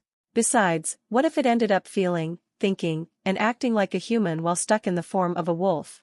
Even if it wasn't stuck in the form of a wolf, it liked being a wolf, for all the good its species did it. It didn't want to be a human, neither in its brain nor in its body. So as tempting as it was, it felt like it just didn't know enough about the structure to apply it to itself without breaking or making something terribly wrong. The eyes were surprisingly simple, but that was about all it could really use right now, besides their excretion system for cooling themselves off. Excreting fluid to cool themselves off using air currents was an interesting design, but unless the wolf could figure out a way to be able to turn it on and off so it wouldn't accidentally boil or freeze itself to death by messing around with its body's poorly understood heating and cooling mechanisms, there wasn't enough information for it to work off, and its mind was already heavily struggling to understand everything it was being jammed full of, even with the odd floating symbols. helping it so much. If it was awake, it got the feeling that not even a fraction of this would have been possible. But why did it perfectly understand how cockroaches worked after having only one bite of them, despite the comparable complexity of their forms? Yet the human body that had taken almost an hour to consume was, vaguely interpreted, but not yet understood. Despite eating them, the amount of material on them was barely equivalent to the human's fist. 6 whole cockroaches were barely big enough to 6. It was the number. It understood cockroaches perfectly because it had eaten 6 of them, or so it thought. The exact number was half forgotten, and it did not particularly matter the specifics, but it understood what it needed if it wanted to survive, and maybe even thrive. It had to get smarter, stronger and bigger. It had to eat more humans, which it could only feel comfortable doing if it could at least double its current size. Maybe triple it? But then it would be too large to pass off as just another canine, and the bigger it was, the more attention humans would pay to it, making it harder to hide, blend in with the other canines, and maybe even make them recognize it on sight if they caught it eating one of their own. So, why even fight? The human had succumbed to the poison, and died without the wolf even having to do anything. If it could somehow make its own poison or, no, venom. But the only way to make it would be to eat extremely dangerous, poisonous creatures, wait for its body to create the venom glands, and find some way to put that poison into the humans, and then wait for them to die. 2. Unrealistic. And scary, and risky. And lots of other things it didn't quite have the words for. An ambush, it could work. Jump out of nowhere, bite a hole into their glass mask thing, and wait for the human to die again. An ambush would be its best chance, but still dangerous if it screwed up. Its only safe course of action was to keep running from danger using the timid and scavenger traits, until it could find another lucky break, and grow big enough to start fighting and hunting humans. It had to be smarter. If humans could make such incredible things with only 3 times the intelligence it had, it could only dream of how much more fluid and effortless it would be to use its devourer ability when it understood the human brain structure enough to mimic it. Among, well, everything else. It had no illusions about its intelligence, and the floating symbols definitely helped it understand its place. It was much smarter than any animal should be, but not smarter than any human. For the remaining time of its rest, the wolf posed countless questions and clarifications to the floating symbols, most of which were ignored. When the wolf woke up, it was to the sound of approaching humans. Its eyes shot open, more than well rested, and it quickly sank low on its legs, crouched and ready to bolt out of its hiding spot and run. Its single ear strained to listen, and it quickly deliberated whether it should flee instantly or try and hide first. Then its eyes lowered to the small, but noticeable trail of blood that led directly into the hole of metal it had dashed into, and it decided. With but a thought, it activated blood rush, planting its front paws on the lip of the vent it had entered through, and kicked with its back legs to leap out onto the alley. Behind it, in the distance, it heard the faint sound of humans conversing, but their volume was muted, their growls subdued and sounding irritated, more than scared or threatening. It didn't dwell on it much, and simply rushed away, its eyes gradually widening as it realized just how good it felt. Rushing through the metal maze with all its might, it let out a happy bark as its tongue hung out the side of its mouth, slowly but surely turning its sprint into a trot as blood rush faded, until it decided to stop completely and examine itself. Although it could see very little with its eyes compared to what it could see when dreaming, it did note that its bones and joints were a little less defined than yesterday, no longer like sharp angles that jutted out of its sides but, well, more like blunted angles that jutted out of its sides. It did have to resist the urge to chase its own tail though. It didn't feel bendy enough to reach it anyway. Still, it was ecstatic, and despite the ravenous hunger, it felt more than satisfied. It could barely feel any ticks on its fur anymore, its skin seemingly growing too tough for the insects by the combination of tough skin and the endurance attribute. There were still a couple of those large ones, but once it found a rough enough spot to scratch them out of itself, it would be free of the pests, finally. There was also a sense of long-lost safety in the fact that it actually had the strength to run away now. It did reprimand itself for running for longer than necessary, but it was a fairly mild self-criticism, as it had no idea how good those humans would be at tracking. They had a terrible sense of smell, but their eyes were great. It resumed its walking, looking up at the towering structures of iron above itself, stretching on and on until the smog rendered it unable to see the ceiling of the cavern, giving them the illusion of reaching into a smoke-drowned sky. Pipes and masses of wires ran between the structures and through them, giving its surroundings the sense of a maze in the truest sense of the word. One stretch of cobbles was a tunnel with a roof of pipes that opened into a multi-layered series of hammocks made of cables that went up endlessly, then a sudden drop into an open coal chute, and a pathway on the side that led to sparking cylinders, and it continued with no sense of direction or logic but number plates that the wolf could find no pattern or direction in. The only signs of organic life was the rare human, covered completely in their extra skins and glass masks as they checked wires, carried things into the buildings, or were running around with some kind of humming, glowing device, moving it up and down the exposed bits of machinery they could find. Interspersed through all this, were the even rarer humans who climbed up and down the structures without such a suit and just a mask, banging and clanging and fiddling away with every bit of their nest structure they could find, hanging hundreds of feet in the air and climbing about like insects, dots of moving black in the incomprehensible and seemingly useless maze of machinery. There were still a lot of humans down here, but in comparison to the nest above them, they might as well not even be there. Even in the slow half-hour walk it took to get back to the canals, mainly using the glowing marks in the distant cave walls and months of experience, it barely saw 24 humans altogether. It was a welcome change in pace, even if the air there hurt. It hurt a lot less after the symbols helped it, but it still burned, and even though it knew that being around this place would keep leveling its poison and magic resistance skills, it wasn't particularly keen on staying more than necessary. It would hunt around for a few scraps, then start making the journey to get to the level above, where rats could withstand the far milder levels of poison in the air, and it might even find a dead human again, with any luck. Its level of success was not exactly staggering, but the difference was more than obvious. The scavenger trait had severely understated the effect it would have. The dumber creatures, like the glowing flies, barely even noticed it, even if it shoved its snout into their prey and suddenly dragged it away. Stronger things like the predators near the tops of the rivers still easily saw it, but as long as it was simply moving about with the intent to scavenge, creatures of a lesser nature barely saw it. In one particularly risky experiment, it tried to see how close it could get to one of the glowing predator vines before it noticed the wolf, and quickly realized that checking how its trait worked definitely didn't count as scavenging. It would have lost at least an entire toe had it not activated blood rush in a panic to jump back.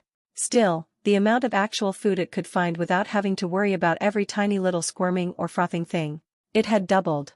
And feeling a bit more confident than before, it even found some melted blobs of skin and flesh that were those black, winged creatures that it saw and heard squeaking around up high on the pipes, and ate them, only mildly regretting all the burning liquid in its throat.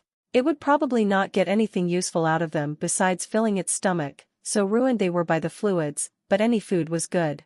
It hurt and its throat felt raw from the liquids on the flyers, but it had a feeling all the excess flesh waiting in storage could heal that minor injury overnight. Maybe it could restore its ear too, but it was so close to its brain and the structure was so small and complicated that. The wolf paused. There was no real difference between one ear and the other, besides the side of its body they were on. It could just copy what was on the right and use the human's meat to create it. But how would it get rid of what was already there? The injury itself was healing, the infection done and receding, but now it had an ear that was on the border of being dead flesh, taking up space on its precious head when it could fit something better there. After a few minutes of deliberation with no answer but wild, unintelligent theorizing, it gave up, and spent a few moments trying to reorientate itself as it hopped up on the edge of the canal, its feet thanking it for finally being on semi-flat ground once more. Managing to find a spot to peek at the walls of the cave and the blurry glowing things on them, it compared the distance and realized it was closer than it had thought to the spiraling stretch of chaos that led to the upper levels. After an exhausting 3 hours of walking uphill at a snail's pace, it found a fallen gear covered in rust leaning against a dented wall, and slept underneath it. The process of deconstructing the flyer began, but it provided it with nothing but a vague notion of where its organs might be, and a name. A bat. When the wolf woke, it was to the faint scent of copper. Its nose seemed to have healed enough for it to at least be able to smell itself, and its fur absolutely reeked of blood. And despite the abundance of blood it was ingesting from the human, it was extremely thirsty, its throat dry and its body begging for some actual water rather than the thin slime that blood was. There weren't many places for someone or something that wasn't a human to drink water from. In fact, its best chance was to find some leaking pipes, and lap up the water that formed underneath them. After another hour or slowly trotting up a very vaguely defined path through the iron jungle, presumably made by the humans, it began slowly recognizing its surroundings and took a dip into a little crevice that was so tight even its thin body could barely squeeze through, and found what it was looking for, a perpetually leaking pipe that it had stumbled upon when looking for a safe place to sleep. It had to stop and stare for a moment at the tiny green things flanking the puddle of water. After curiously sniffing and pawing at them, it deemed them safe. After licking up every drop of water it could with its unfortunately still numb tongue, it pushed its snout against the iron, trying to get one of its eyes as close to the odd green thing as possible. Small as it may have been, it was definitely strong, because it seemed to have snaked up and pushed the iron plates out of the way to grow. Out of where? After observing it for another 5 minutes without any sort of sudden revelation to its origins and nature coming to its mind, it simply got up and walked in circles in the little alcove where the pipe ran through, alternating its stare from the human's strange nest to its own legs, still skeletal but no longer to the point of it looking absolutely grotesque, where it could see its tendons poking out through its thin fur. It felt great, but that was only by comparison. It had no delusion that compared to even most of the other kin in the human's nest, it was weak, and still entirely too thin. It was going to fix that. Moving was a chore, however, even if it moved in small circles. Its fur was so matted by filth, blood, and melted together by the times it had to rush through the burning river on the few occasions it had drawn the attention of the more dangerous beings of the canals that it was simply too inflexible, pulling at its skin with every motion like the plating of a cockroach but without any of the defensive capability, just heavy and annoying. Thankfully, its sense of taste was still numb at best, which it wasn't planning on fixing anytime soon, deliberately directing the human's flesh to become its own and turn to better tasks.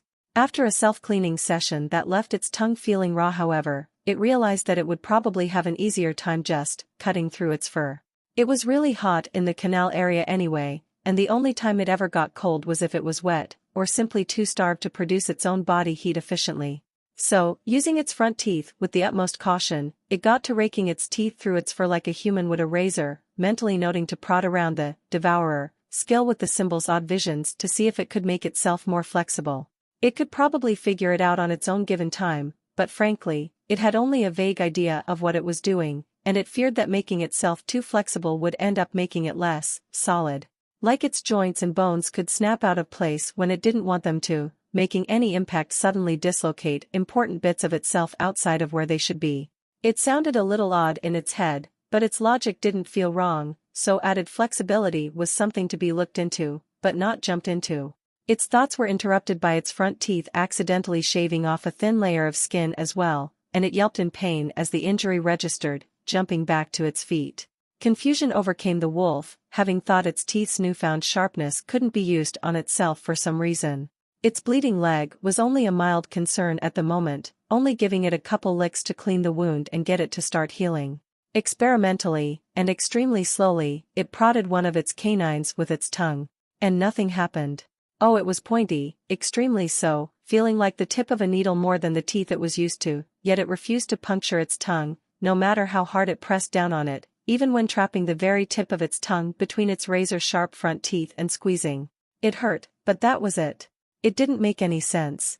Bewildered, it turned to the pipe of water, having only now remembered that its teeth could cut through metal since the symbols appeared. But the pipe was far too large for the wolf to sink its teeth into, so it turned to a simple corner covered in swirling bits of metal that seemed to serve no purpose, turned its head, and bit. Without even the slightest hint of pushback, its teeth sank into the metal, and raked through it with a similar amount of effort. Spitting out the remnants of broken iron bits out of its mouth, it returned to focusing on its tongue, pressing it into its canine with the intent to pierce it a bit and draw blood. Two things happened at once. Its canine went into its tongue just a bit, then stopped, resistance registering suddenly. And something about the puzzle of the situation clicked into place through the haze of pain as the wolf hung its bleeding tongue out of its mouth. It could control how its teeth worked with its mind. Rolling its tongue back into its mouth, it turned to a support rod nearby, about as thick as its waist, and turned its head with open jaws, focusing on having its canines not pierce or cut through the metal. And slowly but surely, as it closed its jaws, the metal was unaffected, its teeth raking against it uselessly. It tried again, with the idea to pierce but not cut, and its teeth sank in as if through air. Experimentally, it tugged, and it didn't move even the slightest bit, its teeth firmly stuck into the iron. Then, it focused on having its teeth cut through a little, and with a mighty pull, it slowly began to cut through the metal. Satisfied, it focused on its teeth cutting through completely, and yanked back, feeling not the tiniest shred of resistance as its teeth just phased through the metal, leaving deep wounds into the support rod. Then, with as much caution as it could muster, it focused on its teeth cutting through anything except its skin, and found that it could cleanly shave its fur off with no issue. After a few more minutes of experimentation, the wolf got back to its grooming, mentally pushing some extra bits of the stored flesh to heal its tongue and foreleg. Half an hour later, and with over half of its body feeling like it could finally breathe, it trotted out of its little metal alcove, occasionally stopping to lap at its leg wound. Shaving its fur had definitely done it no favors in the sense of appearance, it noted, as without the extra bulk of it, it looked even more like a thin layer of leather stretched tight over a skeleton. The extra bulk it was slowly getting from the human helped, but it was still slightly disturbing when every movement was clearly seen through its own skin, like its leg tendons tensing and relaxing with every step.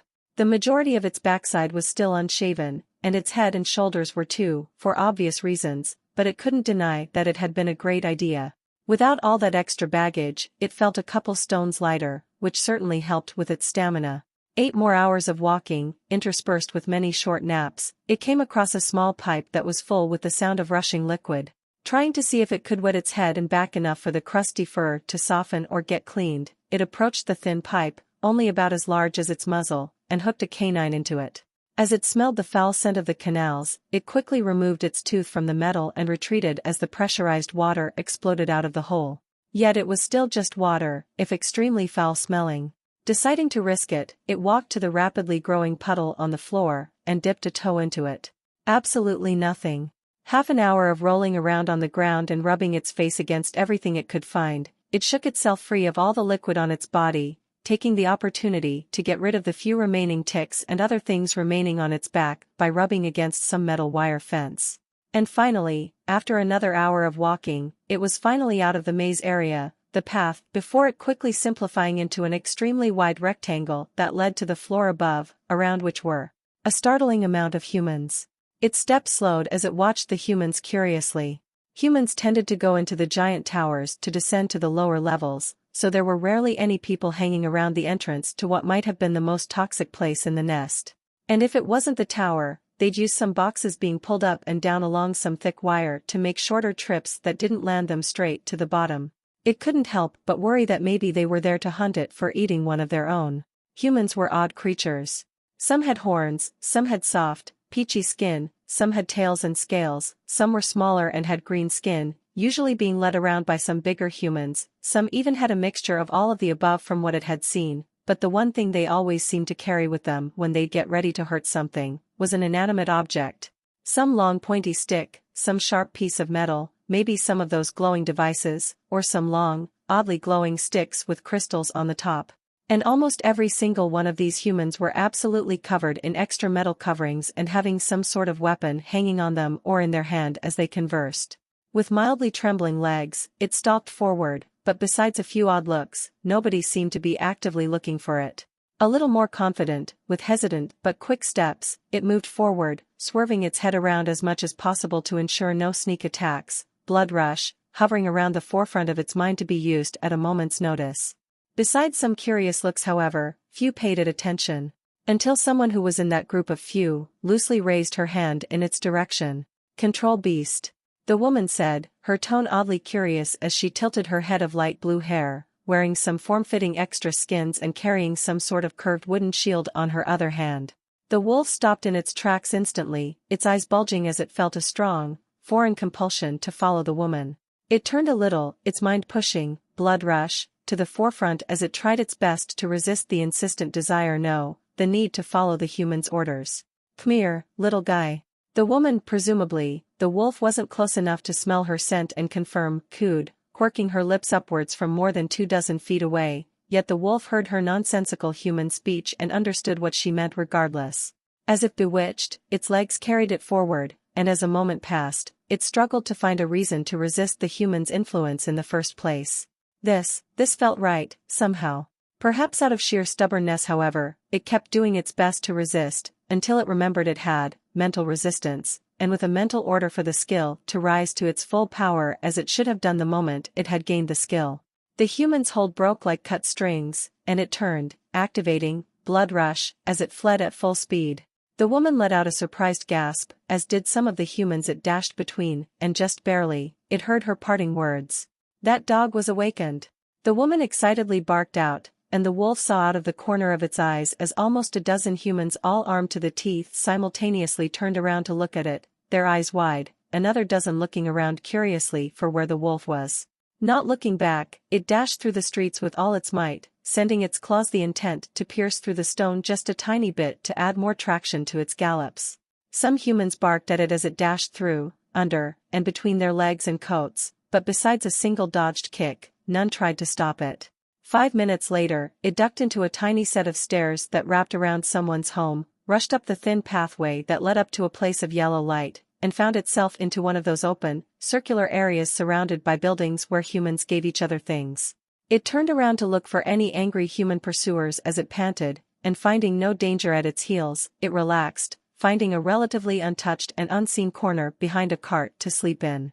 It didn't like to sleep around humans, but with its restful awareness, skill and their general apathy towards beings like itself, it could at least take a short nap to let its limbs rest up from the abuse they'd endured during its escape. As long as it didn't make more humans mad by breaking their skills with mental resistance, it should be fine. It slept in peace, surprisingly, despite the constant clamor of its surroundings. Silt hen, I am 100% positive that dog was awakened. Atra insisted with a huff, gesturing to the entrance of the bone pits to their right with her kite shield. It literally just walked out of the bone pits while looking like something in animator, raised from the grave, then proceeded to break through my level 16, control beast, spell like it was tissue paper, then clearly activated something and ran. Also, its eyes were glowing, if you had looked at it you would know. It's either a doppelganger, or a decently leveled awakened. She reasoned, feeling like she was a moments away from just walking away to find the damn dog herself. Silthen groaned as he ran a hand through his brown hair, his eyes half-lidded from annoyance, then spoke, gesturing with his hands. Atra, okay. Even if it is, what do you expect us to do? Chase after some small dog in a goddamn labyrinth dungeon city? We're more likely to get lost trying to get the damn thing for you, we don't have a tracker, and the factory teleporters open soon and we might lose our chance to be among the first batch going in. And even if we did get it, what the hell would you do with it?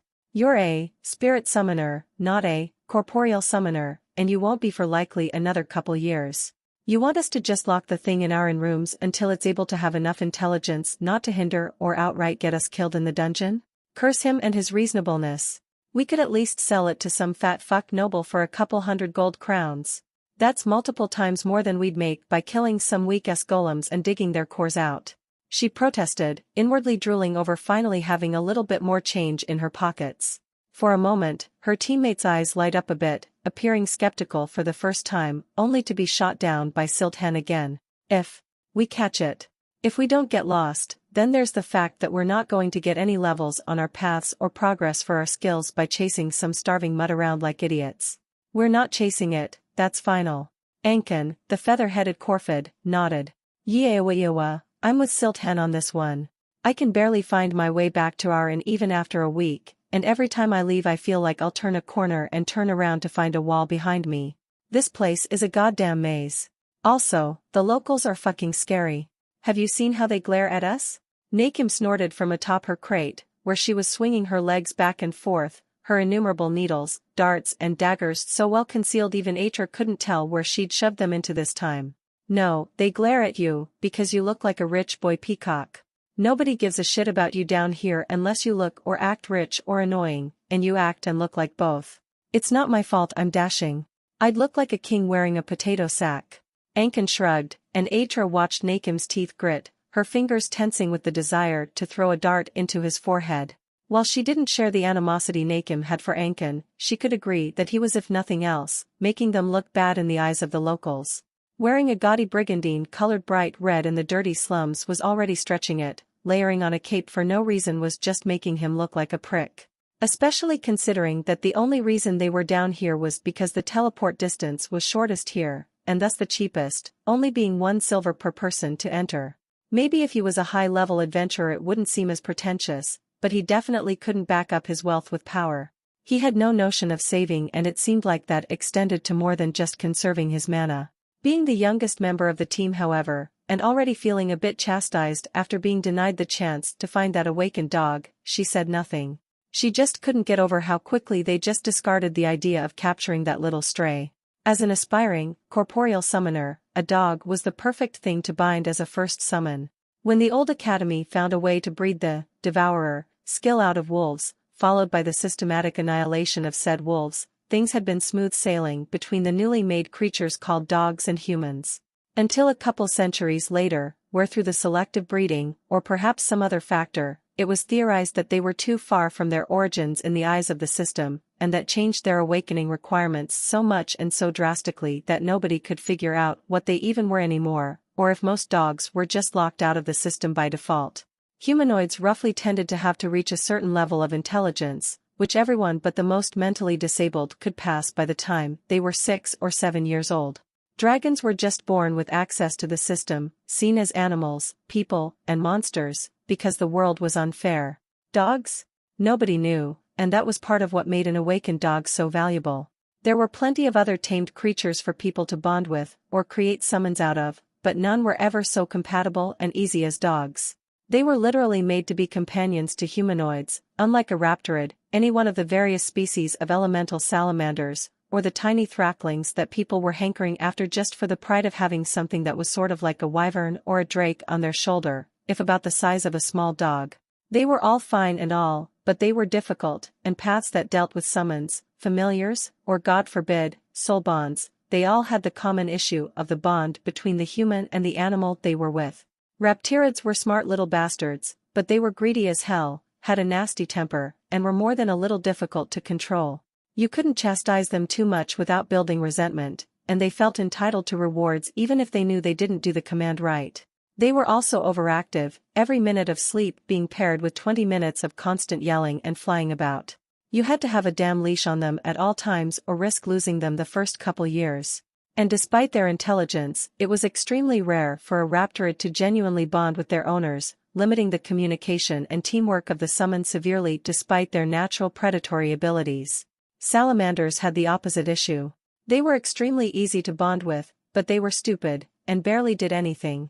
Getting a fire salamander to spew about a flammable liquid at something hostile was an exercise in futility if it wasn't feeling directly threatened. You had to have a low-power control spell on them constantly, or else they wouldn't feel the tiniest bit motivated to move. They were pretty cute though. And thraklings were like raptirids, if you made them twice as big and gave them the attitude of a psychotic pyromaniac. A standard dog was perfect. It was weak on the spectrum of available summons, especially when technically there were thousands of different animals one could get, but they were by far the most stable and reliable. They absolutely adored their owners if they were treated well, and that bond let them flawlessly communicate and understand the summoner without even a word being spoken, almost like a permanent telepathy spell. Paired with some skills like elemental summon infusion, they could be a surprisingly diverse companion, able to act as artillery, infantry, or a shock troop, rushing in and out of battle with haste, buffs and shields. She was still far away from becoming a conjurative summoner, but she still felt like she'd just lost an amazing opportunity. For a stray to either have learned peace of mind or mental resistance at a level where it could break her spell so easily, it must have been absurdly strong for its age and size. Maybe if she hadn't relied on her skills so much and approached the little thing with some meat in her hands, that whole fiasco could have been avoided. She sighed as she leaned back against a metal wall, wondering when the doors would open and they'd get to step through the teleporters so she could let out some of her frustration by throwing spirits at the golems. Thinking about the factory definitely didn't help her mood, unlike what she'd expected. She had been to other dungeons before on the opposite end of the world, but comparing them to the factory was downright insulting, in both size and complexity. This place was the size of several small countries, without factoring the actual country sitting on top of it. And they were going to go straight inside very soon. It was a little terrifying, the fact that the bone pits were so lethally toxic that they had to build warded military facilities around all the entrances to the active floors of the dungeon below, with the only way in or out being a bunch of teleport platforms and portals. The possibility of something breaking the teleport magic and the purification wards would all lead to a scenario where they would be stranded in a dead, city-sized labyrinth of metal covered in poison fumes from top to bottom, or at best, stuck in a warded facility, waiting for rescue as food supplies dwindled. Not that any unfortunate fate waiting in the dungeon would be much better, but thankfully, few were psychotic enough to go lower than the topmost active floor of the factory, and her team wasn't a part of that small percentage. When the wolf woke, it was around the time the light crystals would dim, in what it assumed humans did to tell the time, by counting light cycles. It stretched its forelegs and dipped low to the ground with a jaw-popping yawn. During its nap, it had confirmed that roughly 3/4 of the human still remained as a blob of gore stored, somewhere, and had tried to prod around its body to better understand how it worked, to varying success. It had tried to toughen up the insides of its throat, but even during the process it somehow knew that it wouldn't be much of a change, and would increase chances of inflammation, making it choke, so it dropped the idea quickly. It turned and walked through the open area, most of the humans congregating around the wooden carts and going in and out of the glass-covered buildings as they gave things to each other, allowing it a surprising amount of ease in its navigation. Yet, as it went to curve around some female human's legs, the woman crouched low on her ankles, her coat pooling around her feet, extending an open hand towards it, palm up. The wolf stopped in its tracks, curious yet cautious, and as it examined the woman, she reached into the basket she was holding under her other arm, and with a bit of fiddling, pulled out something vaguely white and smelling like food. Good, human food.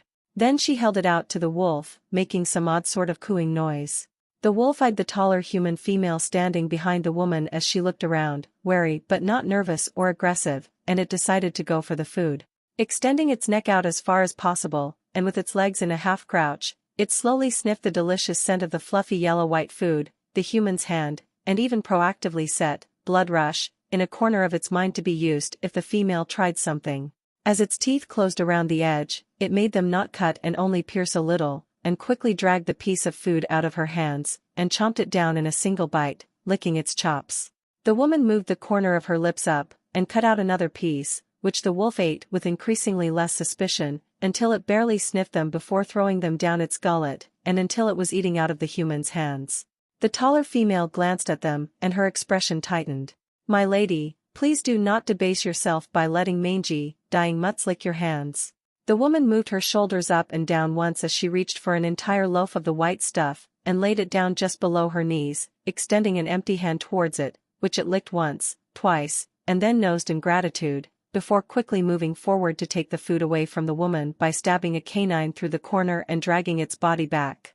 With its eyes on the women, it pinned the food with its paws and started tearing it apart with gusto. "Catherine."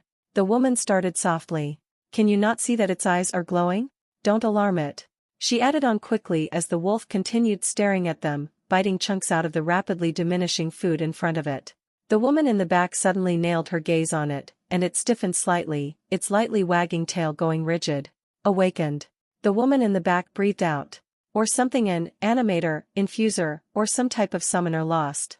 The woman in front bobbed her head, then extended the basket behind towards the tall woman, who quickly took it. She muttered something, and a thin film of white covered the hand the wolf had been eating off. Then, just after the wolf finished the odd rectangle of food, she extended an open hand towards it, and the wolf tilted its head as it licked its chops.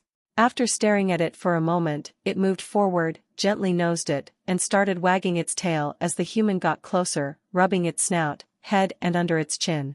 Humans were dangerous and scary, but if they were nice, the wolf loved nothing more than to let one pet it. After getting progressively filthier and bigger, that quickly happened less and less frequently, so even if it kept its eyes open and, blood rush, in its mind, it luxuriated in the hands of the human quite easily. "What do you wish to do? Do you want me to capture it?" The woman in the back questioned the one on the front, who shook her head side to side. "No, we will do precisely nothing. You know that even if I brought this little guy home, they'd take him from me and give him to my father, or brother. Can't have the bastard child running around with an awakened guard dog by her side. I'm just going to heal it a little, and leave it alone. Someone that actually lives down here could use its companionship more. And, we still have to visit the red light district and the orphanages." She spoke softly as she scratched, an oddly pleased air about her, and the woman behind her bobbed her head mutely. After a couple moments of the wolf enjoying a pleasant head massage by the odd human, she put her fingers onto its infected ear, and before it could even flinch, an odd tingling sensation washed over both its surface and its insides, and a moment later, the pain vanished as the dog jumped back, startled. Neither of the two humans moved as it moved one of its paws to gently poke its ear, finding that it still hurt, but less than before, and all the itchiness had disappeared. Hesitantly, it approached the crouching human that hadn't moved, and nosed her hand. She touched its foreleg this time, and the wolf watched in fascination as the scabbed wound healed 1,000 times faster than normal, its skin visibly growing to cover and consume the scabs until all that was left was the faint marks of a scar. Although still guarded, the wolf let the human poke its ear a couple more times, each time making it less painful and itchy, until eventually, it was barely able to feel anything. Relative tingles of numbness, sure, but that was all. "All right, let's go," the woman in front of it said, and regretfully retracted her hands, the odd white film over her hands disappearing into thin air as she brushed her paws down her extra coat of skin that hung loose down to her ankles. "Used up a lot more mana than I expected, so let's take our time for me to recover a bit." The woman in the back bobbed her head, and they turned around to leave. The wolf followed for a bit, both curious and hoping that if it bumped its nose into the food basket enough, the human would give it more food, but eventually, the woman turned and barked out a no, and the wolf cowered back, knowing that it had pushed the human's patience. Adding that round open area into its mental map of the human's nest, it stalked through the streets, for some reason drawing a lot more stares and double takes than it was used to. It sped up, moving as far away from human noises as possible, and made its way to the trash area of the human's nest, where humans would throw unwanted stuff into a large pit that periodically made everything disappear. The rats with their small bodies could stuff themselves in and out of bags quickly, allowing them to easily traverse the human's waste, something the wolf could not do. But the rats tended to mostly steer clear of the large, turning gears that crushed the waste bags, staying on the more stable ground around the base of the hole, where the occasional human would go and check up on the machinery down there. Of course, the only way to get to the bottom was by walking down a giant spiraling staircase, at least for itself, so that was where it headed. Following the more foul-smelling pipes for human waste tended to lead to the waste pits, or at least relatively close to them, as humans separated their bodily waste and other waste, for some reason. As long as it gave the wolf a vague sense of direction, it didn't particularly think about it too much. The usual sights flit by its eyes as it wandered around. Humans mating in alleys, some fighting and killing each other in very similar alleys, rowdy giant groups of humans howling together and knocking together some metal liquid holders, gathered around some odd boxes and machines that spewed distorted sounds and melodies, the occasional spot where humans would give each other things stuffed between living blocks, until eventually, its eyes turned to an alley much like any other, and recognized by smell that it had found its mark. The fact that the alley led into a small protruding walkway of metal without a railing, but some strange hooks, framing a gargantuan cube-shaped hole, definitely helped. It moved out of the way of some human as he pushed a foul-smelling cart towards the hole, and watched curiously as it put the hooks around one of the two pipes on the bottom of the wheeled cart, and then pushed the cart over the edge, the trash spewing into the hole, while the cart stayed upside down just under the walkway. A very sturdy one, thankfully. The human yanked a lever on the side the wolf hadn't noticed, and the hook curled into the platform, placing the cart back to its spot, and the owner simply grabbed it and moved past it once more. Well, it had definitely found the trash pits. A rat as big as a human's head was sitting with its back turned to the wolf as it nibbled on a piece of bone scavenged from the garbage bags, and the moment the wolf got close, the rat turned around, its beady eyes zeroing in on the wolf in an instant. The wolf wasn't even sure what had made its ambush fail, but it didn't get much time to think on it. The rodent rushed forward, its meager meal forgotten. Knowing that it was just a false charge for intimidation, the canine forced itself to freeze, blood rush, ready to activate in case it got too close. Unfortunately, it wasn't a false charge, the insane vermin charging at something 2.5 times as tall and thrice as long as itself as if it was nothing more than a cockroach-sized meal.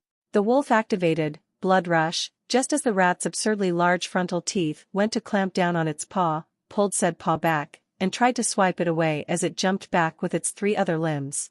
Its legs weren't built for much sideways movement however, so all it ended up doing was knocking the rat over on its stomach with 3 short but deep gashes on the top half of its body from where its nails tore straight through its fur-like mist. It reminded itself to check if its nails had changed like its canines later. As the vermin twitched and writhed in pain and disorientation for a short moment, the wolf jumped forward with a snarl, clamping its jaws shut around its back legs and hips, and proceeded to tilt its head at an angle as it hurriedly lifted its head. Not wanting to allow the rat the leverage or time to curl its abdomen and claw its eyes out, it threw its head towards the ground diagonally, slamming the top half of the rat into the cold stone below with a muted, satisfying thud. Then it simply carried over the momentum of its first swing to drag the rat off the ground in the same direction, swung its head in a half circle, and slammed the rodent into the ground with another diagonal swing of its head, and repeated the process of swinging its head around in figure eights for almost the full duration of Blood Rush, snarling all the while as best as it could, a thin sense of rage and bloodlust welling up inside it. Then, just a couple seconds before Blood Rush faded, it allowed its teeth to cut rather than only pierce as it swung its head sideways, tossing the rat away as its canines tore 4 giant rends into a third of its body.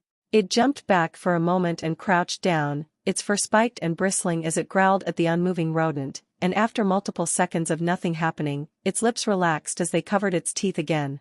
It observed the splatters of blood painting the spots it had slammed the rat into, and observed the utterly unmoving rodent, and after an almost disbelieving poke of its paw, it confirmed that the rat was, indeed, dead.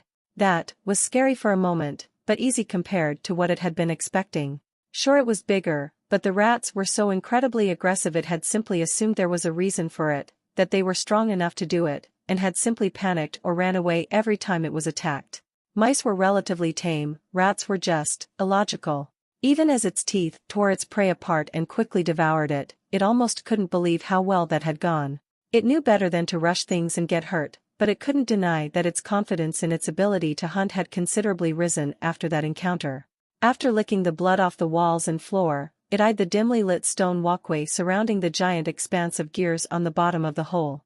The walkway was only about 2/3 of the way down into the hole, just high enough for the rats to clamber in and out of using the machinery on the sides of the hole and the trash itself, but nowhere near low enough for the wolf to head down itself.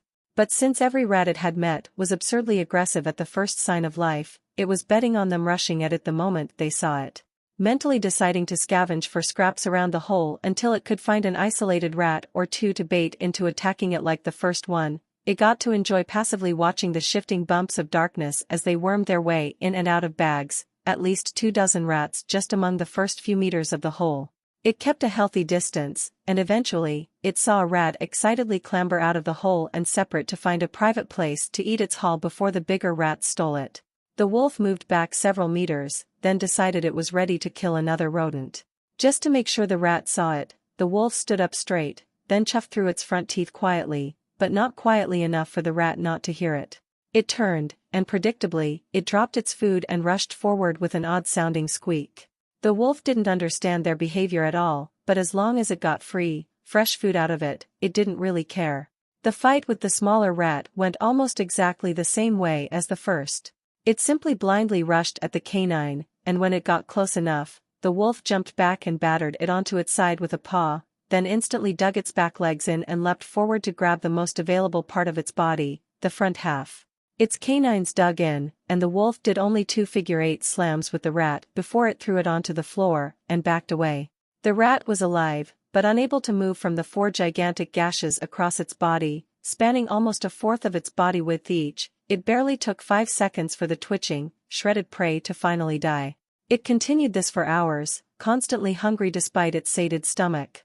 Because while it wasn't physically hungry, now that it could stockpile flesh and food for its needs, why stop? It could technically eat endlessly, and the human's blob of gore was almost imperceptibly reduced as it was digested and its flesh was slowly added to the wolf's own, but wasn't showing any signs of decay. It had free food and flesh storage, so it was going to use it. The process was rather delicate, and it ran out of patience with wasting its spit by licking blood off the ground, so it simply sat in a corner near the spiraling metal staircase, waiting for a rat to come close. It either very gently scraped a nail against the rock and cobble to draw the rats to itself, or waited for the fresh rat blood scent to draw the attention of the other rats, who came to eat their deceased brethren.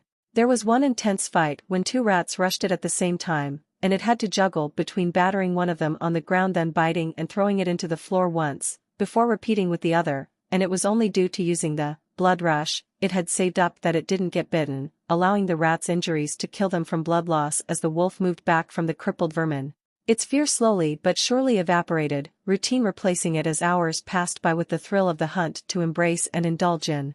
It started counting the rats it had consumed, and when it counted around 24, it decided to retreat and find a place to sleep, starting to feel exhausted. As it went up the staircase, however, its paws felt a vibration ring through the metal, and it focused on its hearing as it looked up. Humans were descending.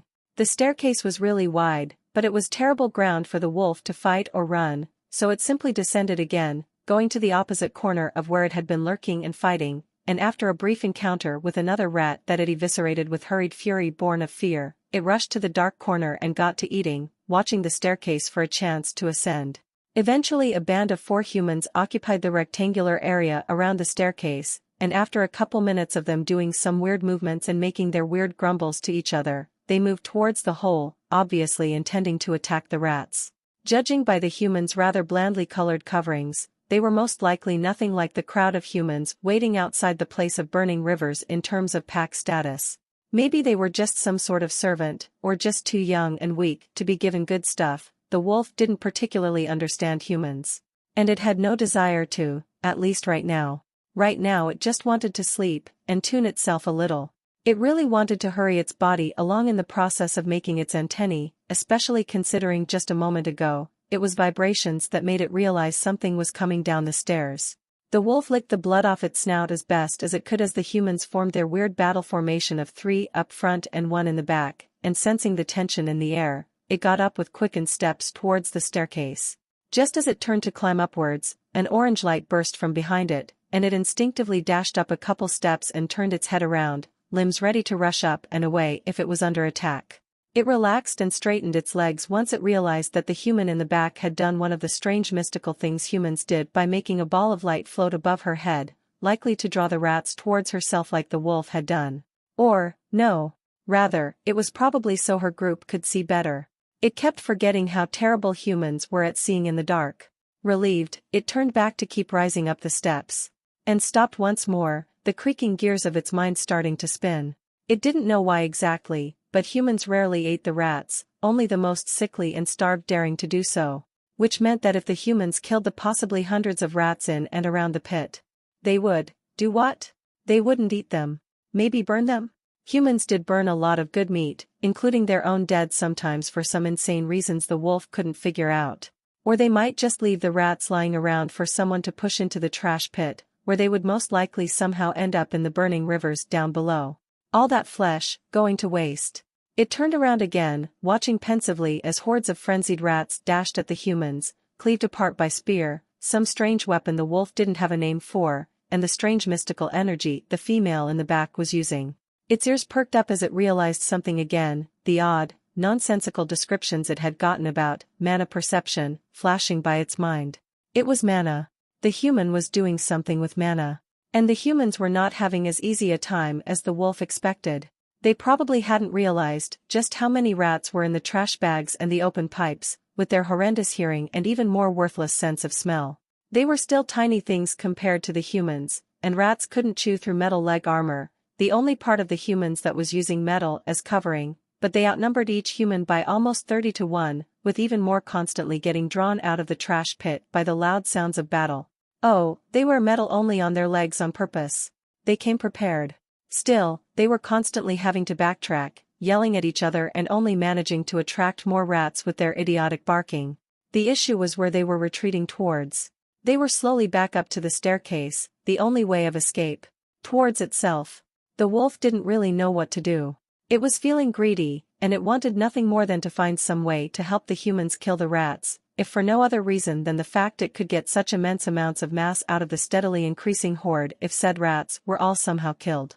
If the humans killed only half the horde, the other half would eat their brethren in no time, and the wolf would get nothing out of it, so the situation was out of its control, truthfully. Additionally, it was exhausted. It had been down there for multiple hours, and even if the majority of that time was spent waiting and resting between bouts of short battles, it was still weak and malnourished. If it weren't for that +1 in endurance, it felt like it would be dragging its feet right now.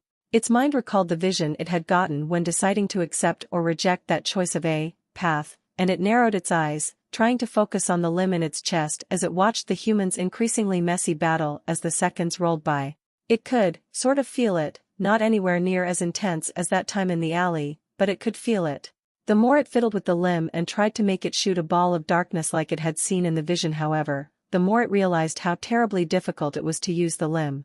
It felt like trying to operate a human device with its paws, it just couldn't catch onto the mana thing and properly push it out of its extra limb. Growing frustrated and anxious as the battle with the humans drew nearer and more frenzied, it gave up with a mental side note to try and figure out how to throw the balls of darkness later. The humans were definitely losing. It looked like a slaughter if one went by sheer numbers, but their movements were getting messy and sluggish, the two males and single female at the front constantly retreating, the female in the back using her mana more and more sparingly. Seeing how the battle was going, it inwardly wallowed in disappointment, and turned around to resume its climb. The humans would retreat or die, and the horde of rats would consume everything that was edible afterwards. There was nothing to be gained from sitting there so near to danger. The climb up the massive spiraling staircase was comparatively short to other distances it sometimes had to cover, thankfully, despite being tiring, the structure being no more than perhaps 90 or 100 feet deep. The vast majority of the depth of the pit was unavailable to two-leggers and itself with said staircase, or it would have been double or maybe triple that length. No, not two-leggers. Humans. It had gotten used to calling them as such in its mind. It also sounded better, but it was wrong, because the big dark thing called them humans. Besides, it didn't want to piss off the dark thing by thinking of them as two-leggers after getting corrected. Just in case it was still watching. As the entrance to the trash pit slowly revealed itself around the cylinder of metal that was in the center of the staircase, the wolf stopped in its tracks, confused. The problem was that where the staircase should open up to freedom, it was instead transformed into a tight wedge, a thick piece of iron blocking the escape near the top where there was no railing. Was that something the humans did? Why would they deny themselves an escape route? It had never seen or been down in the waste pits with humans down there before, but that action made no sense. Why were humans so insane? Rats were aggressive, humans just seemed straight up suicidal. What was the point of blocking their escape? The wolf stood there, bewildered for a moment, and then turned and pushed its head between the thin pipes of the railing on the side of the stairs to look below. And sure enough, slowly but surely, it could tell by the light of the human female that the group were ascending, the horde of rats clambering up the steps after them in a mass of dirty fur and shrill-sounding squeaks. They were only at about the first of the 10 levels the stairs had, but that didn't change the fact that the wolf was stuck with humans and a horde of frenzied rats slowly climbing their way up. And if the humans' formation broke and they ran up, it would no longer be a slow climb. They'd reach the wolf in no time. It moved itself as far up as it could, wedging its head between the last step and the iron plate, and despite looking as closely as it could, found no weak points it could exploit. Then it tried to tilt its head and bite through the metal, but it was too flat, and all its teeth managed was some shallow rends into the metal and some light cuts on its gums as it tried to cut it open. It turned around in mild panic, cursing the stupid humans and their stupid useless senses for not knowing how many rats there were, wondering what it could do to escape its predicament. It could cut off a portion of the stairs, maybe about half a level's worth, and wait for another human from outside to come over to lift the iron plate, or it could move down to help them. Help them what? Fight a horde of rats? It would stick its snout in to bite something and get its eyes ripped out before it could even close its jaws. Even if the humans below were the ones who could open the way to safety, it wasn't like they would have any room whatsoever to lift the heavy, thick iron plate while fighting for their lives. Just from experimentally hitting its head on the iron it could tell that it was really thick. They'd get overrun, and the wolf would get swarmed and eaten alive. With that horrifying mental image in mind, it activated Blood Rush and dashed one level down. The staircase was far too large, around 10 loops high, but all it needed to do was cut off a sizable enough part of it to isolate itself from the humans and the rats, and it would survive. So, it hurriedly got to work. The structure was secure and sturdy, but it was also simple, meaning that it was actually fairly easy to cut. The problem was just how wide it was. It seemed as if it was made in mind for at least 4 humans to walk side by side, for some reason. It hooked its canines over the railing, cut through the thin pipes and then used its nails to cut through the film of steel just below, leaned back, and froze with indecision, frantically looking for the best and fastest way to cut through the metal and get the horde stuck far away from itself. The build of the staircase was just planks of metal extending out of a thick tower of metal in the middle into a spiral, with a thin sheet of iron on the outside of the planks connecting to each and every one of them, upon which was the railing. For added support, or so it seemed, was the occasional bar of metal that connected all of the stairs together on the outside, going through the railing from the top of the structure all the way to the bottom. The wolf looked at the support pipe for less than a moment, then clamped down with every sharp tooth it had, moving its head around in a semicircle to weaken it as much as possible. Despite the hollow metal being a bit too wide for it to cut through on the outside of the rail without falling to its death, the weight of the staircase disconnecting should easily snap that little bit of iron. It practically flew up the stairs again as soon as its mentally marked cut-off area was dealt with, its teeth gnawing through every support pipe on its way back up to the last loop of iron planks. It was simple, yet the wolf wasn't the smartest, and thus found it very mentally taxing to theorize and visualize all this. Regardless, it rushed to finish before the 30 seconds of blood rush faded. Using its nails, it dug its right paw's tip into the inner edge of each plank of metal and cut through by dragging down, then went up a step and repeated, in a frustratingly slow but thankfully easy and simple process. After a couple repetitions, it had learned how to just shuffle backwards on its legs rather than wasting time to turn around, doubling its speed. It broke the routine quickly to chew another pipe to bits, uncaring of its blood dripping out of its mouth as the sounds of shrill squeaks and human grunts, jabbering, and battle cries grew nearer. Then the skill faded, leaving the wolf feeling completely and utterly exhausted, its legs growing weak and jittery, but it pushed itself to continue, the combined weight of the iron planks slowly making a creaking, groaning sound as they strained the thin film of metal on the outside, slowly tilting on the inside as more and more were disconnected, the spot where it first cut slowly sagging inch by inch. The only thing keeping the planks in place at all was the relatively thin metal on the outside, and groaning, damaged pipes. Judging from the sound, the humans were getting frightfully close, their fighting retreat seemingly having turned into an outright retreat as the clamor got closer and closer with increasing speed. The wolf felt panic claw at its insides as it pushed its overworked, trembling body to continue just a little more, just enough to ensure that neither rat nor enraged human could possibly leap over the gap it would create in the stairs. It chewed through another support pipe, then out of the corner of its eye, saw movement through the gaps between the planks as it turned around. It severely underestimated how quickly humans could rush upstairs when in a panic, it seemed, because it felt like just a second or two ago, they were at least a full loop below. It watched in frozen surprise as the band of humans abandoned their stable footing to continue to race up the planks it was planning to cut off, which bobbed and groaned and tilted, one of the males losing his footing and getting covered by the horde almost instantly with an anguished scream, his companions letting out exclamations of what might have been sadness or frustration as they fought to keep their balance on the unstable platforms under their feet. Something that the rats had much less issue with, considering how often they rode on moving bits of machinery to move in and around the human nest. The female with leather shoulder coverings, oh, that's what the brown stuff is, dashed up even faster, leaving the other female and male behind in a mad dash for freedom. The weight of the rats on the lower end of the half-loop the wolf had weakened caused something to snap, presumably a support pipe, and the entire staircase, including the spot the wolf was sitting on, jerked and groaned suddenly, only the wolf and the human female with leather coverings on her shoulders even managing to stay upright, heart-wrenching screams of agony and terror shrieking out from behind the female as her two companions were covered in mangy, sickly fur, the resulting blob, writhing in panic as the rats started to chew through anything they could get their teeth on. No doubt to be a slow, horrific death as the rats started chewing off little pieces of them at a time. The footing of the stairs would only improve as the human got closer, and the upright female looked at it with an accusatory glare full of murderous rage and grief, now only about 15 stairs away from the wolf itself.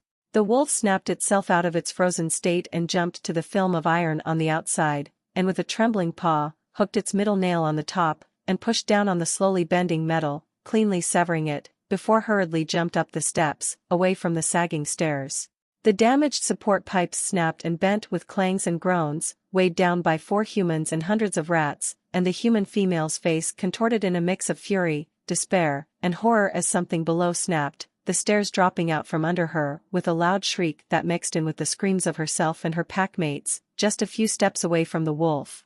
The wolf watched with trembling legs as the portion of the spiral it cut off slammed into the level of stairs directly under it, which bent sideways towards the outside from the sudden weight, and with another literally deafening series of metallic bangs and metal shrieks, the cut loop slid and scraped off to dive into the darkness below. It turned over midair and slammed into the stone 10 levels down with an impact it could feel in its bones, rats being flung around in every direction during the flip or crushed beneath the deformed metal, hopefully along with the humans. It didn't particularly like humans, but they were usually apathetic at the very least, or nice like the lady from before, so it could find no joy in having their death be a painful one. Better to be crushed than eaten alive. With about half a level of stairway being the only thing to keep it from sliding off to the bent level of stairs underneath, it felt anything but secure, even as it backpedaled up and pressed its back into the iron plate. Eventually, however, after what might have been hours or minutes, it calmed down, and a mixture of exhaustion and trust in its restful awareness, skill allowed it to finally rest until someone came to lift the iron covering, either to repair the staircase or to check on their fellow packmates. The symbols quickly came to notify it of new changes. You have progressed on your path. Hound of the Keeper, Level 1 Level 8. Available attribute points, 7. Base attributes.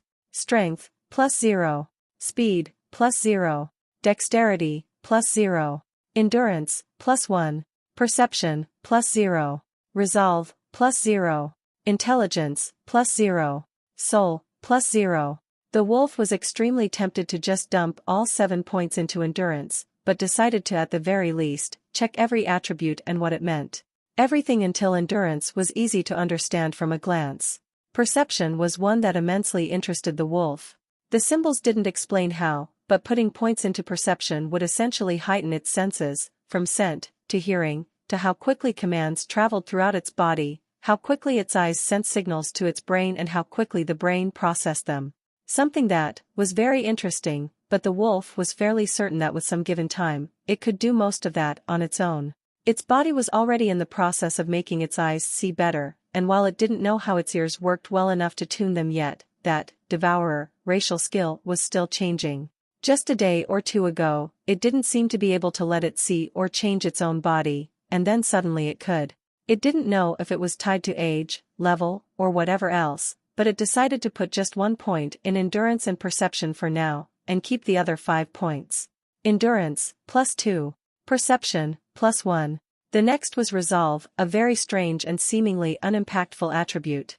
It was essentially one's mental resolve, or willpower. It could make the wolf less weak to temptation, and shield its mind, soul, and mana from outside interference as well as assist during magic use when someone has to put their willpower into a mana skill. And that was it. It was basically a weaker version of its mental resistance, but included shielding its soul, with the added bonus of making it easier to tell a mana skill what to do. Which might help with Echoes of Oblivion, but the wolf really wasn't sure if it wanted to put points into something it already had half covered on the chance it could help with casting the weird shadow skill. After a moment, it decided it was worth it. Resolve, +1. That done, it continued to intelligence, and barely contained itself from dumping all 4 attribute points into it without a second thought. It was just a shortcut to being smarter. It could allow the wolf to process information better, recognize patterns better, visualize, theorize, understand and even remember more, and better. It could help it identify how other beings felt in the moment, and even in hypothetical scenarios by running simulations in its mind, the latter of which it couldn't do right now if it tried. That, and it had a strong feeling putting more points into intelligence would allow it to better understand itself and its prey using the devourer racial skill. It turned to the final one, soul, and after staring at it for a while, finally realized what the weird limb in its chest was. It was soul. Putting attribute points into it would strengthen it, allowing the wolf to feel and use it with more ease. Strengthening it would also allow it to excrete more of the odd thing that mana was, which was the thing that Echoes of Oblivion used. Thinking of which, it really had to figure out how that skill worked. Every time the wolf would activate it, it would feel the limb in its chest deflate a bit with an odd sensation of something rushing out of its body like a gas through its flesh, likely the skill expending mana to channel the darkness, but no matter how hard it had focused during its singular test, all it could manage were odd, flickering puffs of dark mist that held in place randomly over its body, nothing like the liquid, solid, and gassy darkness it had seen in the vision of its path. It remembered now that it got the skill before it had even accepted the path, and grew puzzled at how that worked, then returned to the matter at hand, making it a question for later. After a lengthy session of thinking, it realized that it didn't know what to do. It wanted to dump 3 points into intelligence and 1 into soul, but it wasn't sure if that was a good choice when one swing of a human's sharp metal rod could easily kill it. Yet, putting anything into speed and strength was useless, as it already had plans to naturally attain those. And when every day could be its last, as today had proven, it wasn't particularly keen on keeping its points for later when it could only access the odd numbers while it slept. With mild hesitation, it succumbed to temptation. Intelligence, +3. Soul, +1. The change was instant, its mind feeling clearer than ever before, every battle with the words to get information no longer a slow, taxing process but a smooth mental question and answer. It felt much like how its body felt more solid when it put points into endurance, but about thrice as noticeable. Before it could do anything to test it though, letters covered its dream sight once more. Mana perception, has leveled up. Level 1 Level 2. Mana manipulation, has leveled up. Level 1 Level 2. Soul perception, has leveled up. Level 1 Level 2. Blood rush, has leveled up. Level 1 Level 2. Remove traits. Scavenger, 1/when you eat the unwanted remnants you can find rather than what you can hunt, trade, forage, cultivate, or steal. You are harder to notice when intending to scavenge. Acquired traits. Hunter, 1/2 you hunt living creatures, whether it is for survival, sport or personal gain of one manner or another. You are slightly harder to notice when intending to hunt. The symbols faded, and the wolf's dream turned towards the most detailed deconstruction it had seen so far. It wasn't even like the cockroaches. It saw what bones were made out of, thin, hardened hairs of connective tissue. It saw what white and red blood cells were, how the brain interacted with the body by receiving and giving signals via chemicals and pulses of electrical signals, how its digestive tract melted and broke down the things going through it, how its muscles would behave before and after stress, how microscopic things would trigger the olfactory neurons and use the odor receptor to identify the smell by sending a signal to its brain, and 1,000 other tidbits of information. Every single minute thing was laid bare in utterly astonishing detail. Then, parasites. Insectoids, how they used their hosts to feed and how their reproduction worked, how a being without a brain operated. Interesting, but useless to the wolf. As the vision faded, its deeper understanding of how creatures functioned on the inside giving it a strange sense of creativity, it turned to see its own body. With 2 extra points in endurance, it felt fairly confident its body could handle rapid changes, so for once, it threw caution to the wind. Well, not exactly, but it did take some risk. Its left ear was no longer necrotic and infected, and there was some subdued blood flow in it, but it was still deaf, which was something it quickly got to fixing by observing its functioning one for a few moments and copying the structure to its left ear, somehow knowing that it would take about 1 rat's worth of material to fix it. Which was an astonishingly cheap cost.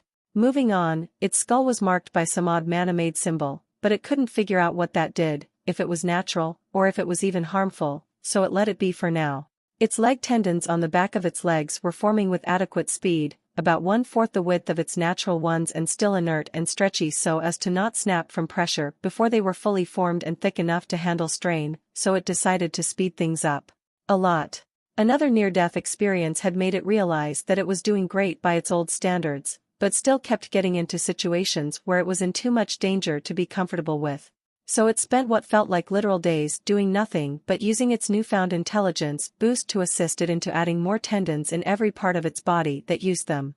It was complicated to see the connection of how this little rope contracting would impact everything connected to it, but with Devourer being so accurate and easy to use, it eventually managed to reinforce itself with more tendons from back legs to front, to spine and tail. And it felt instinctively that soon, it would be able to mess around with its teeth and claws, which was something that it was heavily interested in. It also felt that the racial skill would be changing soon, somehow. It was just a vague sensation of incoming change without any more information, so it didn't wonder too long on that. For now though, it looked at the stored flesh, joints, ligaments, membranes and anything besides bones that it had gained from the rats, and invested about half of them, 10 or so rats, into speeding up its tendon growth. Another 4 rats worth of material to significantly increase how fast its antennae and cerci hairs would grow and kept about 10 rodents to be quickly absorbed nutrients to support its quick transformations without massive fatigue. All the ways it was changing itself were beyond the scope of its poor understanding of reality, but it knew that massive, rapid growth needed equally large amounts of energy. Seeing how the human's materials were slightly more, higher quality, as it knew by some instinctual knowledge, it decided to use half of its remaining flesh to add to its own bulk, at a pace that was far faster than before, and finished it off by using every bit of rat bone it had available to slightly condense and harden its own bones even further. The actual process of that was broken into 3 smaller ones, but that was thankfully handled by Devourer, and all it had to do was make the choice. Then it looked at itself for any improvements it could make, and found a couple. Devourer's way of digesting biological material, it instinctively knew, was perfect. There was no waste, there was nothing lost. It was the peak of efficiency. So, what was the use of having its abdomen clogged with intestines? All it felt it needed was its stomach, as it seemed to be where Devourer originated from and where it took the material for its later use from, but all the excessively long tubes of intestines were doing was taking up space, since nothing really went past its stomach. It had been about 3 days since it last had to poop, so having a useless orifice and the majority of its abdomen clogged up by intestines just seemed wasteful. It considered dissolving the intestines for nutrients and removing the hole on the back of its body, which was something its body could do in a matter of a couple days according to Devourer, so it went through with the decision. Not having anything to fill the extra space with after it was done, it simply chose a couple thin and jointed bones to keep its abdomen from appearing far too thin and drawing attention to its odd body shape. And extra stopping power from sharp things was always good. It couldn't help but wonder how it was that the Devourer skill worked. It felt like its mind could simply switch from observation to modification, and the end result would be like a drawing or a symbol, saved for later use. Experimentally, it mentally added another set of ears on its neck, and tried to solidify it as a different painting to choose from later, if it wished. And it worked. It wasn't going to use the remembered painting, because it was impractical, but it was nice to know it could test things and have the skill remember them for later use, should the wolf need them done quickly. With that done, the lucidity and awareness of its dream faded, and it returned to the limbo of half-aware sleep. Eventually, the wolf was stirred out of its rest by a surprising amount of pain, and regretfully, it neither felt nor heard any humans approaching to let it out of its prison, suspended over a not quite a death drop, but the level below was bent and damaged, so if it slipped off its perch once, it could easily slide off and drop to its death if it wasn't careful and ready. Thankfully, it was a little too pleased to care. As it moved down a few steps to catch one of the wall lights the humans put around the lip of the entrance, it observed its limb as if it was something it had never seen before, with wonder and excitement. No matter how it moved its leg, it couldn't see its bones, nor the tendons, hidden under a coating of newly formed flesh and fat. It turned its head to look at its hind legs, and its hips were no longer an angular mess, its ribs no longer giving off the impression they were trying to break through its skin and escape. It was still rather skinny, but it looked twice as healthy as before its sleep. In fact, its skin was starting to feel a bit tight, likely from the overnight bulk added to its form.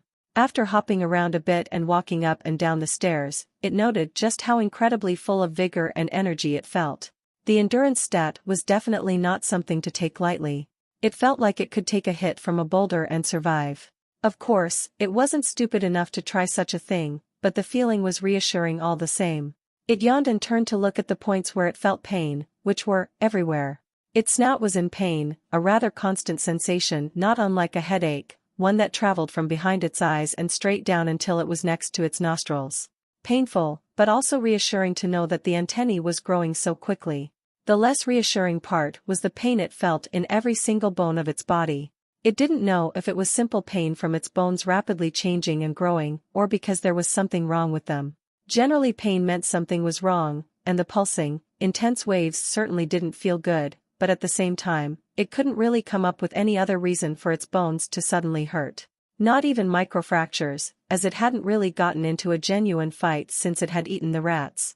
Having nothing else to do, it moved up to the iron plate, and sat down, ready to try and learn how to use the mana. The limb it felt in its chest was a bit more responsive, and so it spent every ounce of energy it had in learning how to manipulate it, feeling like a pup learning how to walk all over again. Sometimes it slipped through its mental guidance, sometimes it simply refused to be used, yet despite the wolf's growing frustration, an hour later, it had wrung its soul dry of every drop of mana, and it couldn't say that it was displeased at all with its progress.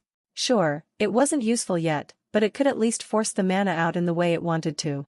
A puff of black mist appearing over its snout where it was supposed to, was a vast improvement over the flickering, dissolving bits of smoke it could conjure before. Out of curiosity, it decided to go to the railing and find out what had happened down below, its footsteps surprisingly heavy as they hit the metal underneath. With a bit of head turning, it shoved its head under the railing pipes and looked down, expecting to see nothing but a horde of rats cleaning up their brethren and the humans. Much to its surprise however, it was dead silent, the blinking dark yellow lights of the trash pit illuminating countless unmoving silhouettes as they lay dead and broken down below, the smoke and copper scent of their blood flitting into its nostrils and invading its mind and stomach with the need to feast. The rats had seemingly been scared away by the earth-shaking impact and had most likely retreated to feast somewhere safer. They were surprisingly logical beings when there were no other living things involved. And that gave it an idea. A very greedy, perhaps dangerous idea. It yanked its head back, and shortly checked its nails, which it had forgotten to do during its sleep, and found them much the same as before, if a bit thinner and longer, likely a combination of growth hormone and the devourer skill. It quickly but carefully moved down the loop, its sides rubbing against the metal cylinder in the center, until it came to the spot where the loop stopped. With trepidation, it looked down at the full loop of bent stairs underneath it, and found that it wasn't so much scared of the drop, which was a distance it had taken many times before, but of the possibility of it hitting the metal and sliding off to its death. For a minute or two, it practiced with the mental control it had over its nails, just to feel a bit more reassured, and after realizing that it was just wasting valuable time, hesitantly went to the last step, its right side basically scraping off its fur with how hard it was pressing into the metal center of the stairs. It crouched low and used its newfound intelligence to visualize the drop and the actions it would take over, and finally, it turned its body so its snout was facing the cylinder, and jumped off sideways to the best of its ability, tucking in its legs to its torso. Despite its best efforts, a yelp of fear choked out of its throat as it dropped, and the second its body slammed into the tilted stairs with a deafening clang, it tilted its paws downwards as its elbows curled, and stabbed its nails into the metal, immediately halting its slide. For a moment, it simply panted from the adrenaline rush, then with as hurried but careful steps as it could manage, it continued digging its nails into the metal and slowly made its way out of the tilted section, step by step in an awkward, sideways shuffle down the stairs.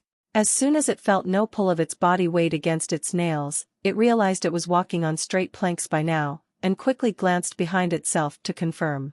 Not perfectly straight, but straight enough to not be an issue. It was also mildly embarrassed to note that it was so focused on not looking at the drop, that it had forgotten most of the bent section still had the safety railing attached, if a bit more compact than before. Those thoughts were all rather easily swept away by another breeze, upon which rode the bittersweet miasma of death, blood, and decay. Something about a breeze even existing down in a pit felt a bit strange, but it didn't ruminate too much on such thoughts as it quickly trotted down the stairs.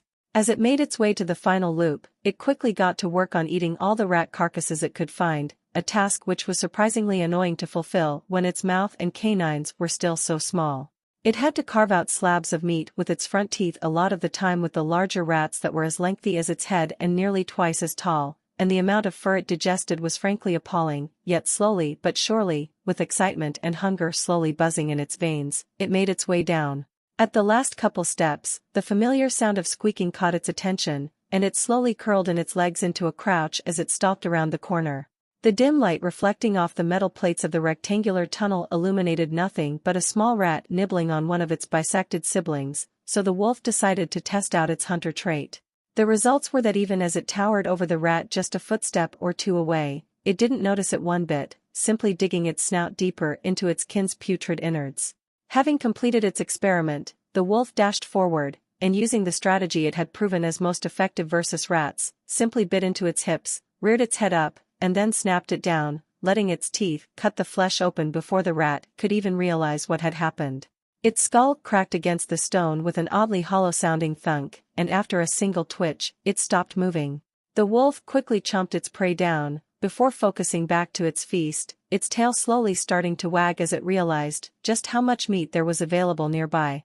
Hours went by in fugue as it devoured burnt, crushed, stabbed, and cut apart rats strewn all about the tunnel alone, and its jaws and tongue muscles eventually started cramping before it had even made its way out into the pit area. Eventually, a shuffling sound to its left made it freeze with a rat hanging out of its mouth, and it snapped its head to the sound, fur bristling and, blood rush, ready to activate. But it didn't growl, not yet. Nothing happened for multiple seconds, then it caught movement to its left, and observed in silence as something behind a mound of rats shifted, the twisted form of the staircase having squished them into a glob of gore. Then a sharp gasp sounded off, and the movement stopped. Cautiously, it backed off towards the wall as it started to circle the mound of metal, under which was the struggling creature, simply to have some distance between whatever was moving in itself, and its eyes caught a dainty, furless paw extending out from under a rat's mangy corpse. No, a hand. One of the humans was alive. Unsure of what to do with this new revelation, and remembering the hateful glare of the leather-clad human from before, it simply stood stock still and watched silently as the humans struggled to dig themselves out from under the weight of metal planks and rat corpses. It didn't need its newfound intelligence to know that the human was likely severely injured, every shift accompanied with a strangled gurgle or a gasp, or some sort of half-hitched yip. Even as the minutes rolled by, the human's efforts were only rewarded with a single finger's width of progress at a time, and the wolf. The wolf was torn. Humans weren't bad. Suicidal to some extent, but most simply allowed it to live and do its own thing without particularly caring of its existence. Some had shown it kindness, which was something no other creature ever had. It wasn't exactly grateful, but it could recognize that the humans, in all their illogical, suicidal glory, were the strangest, most suicidal and kindest creatures to be found in their own nest, shown evidently by the fact that they even allowed other creatures to exist in their home. And watching one die like this was just uncomfortable. It made its chest feel weird, a sensation similar to when the first human it ate had died, but less visceral, more resigned. It could kill the human with one bite through the back of their neck. The human could survive its injuries with the help of some of her kin, maybe, although that presented the danger of her telling the other humans of what it had done. Which was a frightening thought. Also, even if it didn't want to kill the human, it definitely wanted to eat her, even though its jaws were cramping and its snout was so covered in blood and guts that it couldn't even smell or taste anything but copper. It simply wanted to use its meat-storing abilities to their fullest extent. It dropped the rat in its mouth, and moved closer, blood rush, ready to activate at the first sign of danger. Using its nails to dig into the gore and drag the corpses off the human, who was covered up to her forearm, it started from the top, dragging off one, then two rats, and the human gasped, her hand reaching out to the wolf, prompting it to stop and lean back for a second. Please, LP. The woman croaked out quietly. Deciding that it was being too timid again, it redoubled its efforts to dig the human out, who was pinned under 4 iron planks and a small assortment of gore and rats as she continued making her human sounds. Say some thing. She breathed out, and was ignored by the wolf, who wondered once more how difficult it would be to learn human speak. Each bit of fur and flesh removed further uncovered the human's wretched state, entire chunks of her flesh completely ripped off and the skin covered in holes where the rats had chewed through her coverings. The fingers were the worst, the bone actually visible in some parts, the wounds growing less severe as they traveled up her forearm. Before long, it had managed to catch a glimpse of her head fur, however coated in crimson it was, and quickly focused on snagging its teeth on corpses covering her head and dragging them off. Lo? She breathed out weakly, her fingers twitching, and the wolf only spared her a glance, noticing that she had been so completely covered in rats that they shielded her from both the fall impact as they got squished under her, and the impact of the iron slamming into her back as they got squished above her. A particularly large rat on top of her nape panted and twitched, not dead, and the wolf wasted no time in snatching it up, and repeatedly slamming it into the floor as it squeaked its shrill sounds and struggled to fight for its life. Growing annoyed at the constant, almost shrieking sounds of the rodent, it snarled and got up on its hind legs as it raised its head to the sky, and put its whole body weight into a particularly vicious downwards throw. The rat slammed into the stone with a meaty, wet thud, and didn't move again. The wolf shoved it aside with a paw and got back to work on unraveling the human, who had gone completely and utterly still as she struggled to control her breathing. Likely trying to play dead, something that she hopefully wouldn't have to pretend about soon. Another couple wrenched off corpses and her nape and shoulders were revealed, showing no leather coverings of any sort, meaning that this was the woman making the light sphere when the attack started. The woman made some sort of strained and poorly muffled yelp sound, her shredded free arm curling back to cover her head with sluggish, jerky movements. Which was annoying, for more than one reason. One of which was that this woman reminded it too much of the woman that had fed it the yellow-white stuff above in the square. They were different humans, it assumed, but every time it thought about snapping her hand off and just biting through her neck, it hesitated. The second reason was said hand would make killing her needlessly painful and annoying. It didn't particularly want to kill her though. There was a chance this human could tell the other humans about it, which meant she was a risk. She was also dying anyway, so killing her quickly would be a mercy, considering the other humans above seemed to be in absolutely no hurry whatsoever to come save her and her companions, or unlock the iron gate above. But even though she could tell the humans about it, the wolf didn't particularly stand out in any way from other canines. It could hide about as well as it always did, in plain sight, and the humans being none the wiser to its presence. What would she tell them? Some black dog cut off the staircase? Would the humans even believe her if she told them? Was it worth taking that chance, however, just because the human female reminded it of a kinder woman from above? It didn't know. So it simply stood there silently, unsure of what to do as the human female tried to play dead. 5 minutes passed, then 10, and the wolf still didn't know what to do. It didn't want to kill the human, but it was going to die anyway. Slowly and painfully. After another 5 minutes of its thoughts running in circles, it decided to ignore the human. If she lived, she lived, if she died, she died. There were 3 other valuable humans it could be eating rather than wasting its time trying to figure out what to do with the one that still lived. So it trotted away, and instead of eating everything in its path, decided to eat the important bits first. Humans first, small rats that would be easy to eat second, and if its jaws could hold up after all that, it would eat whatever remained.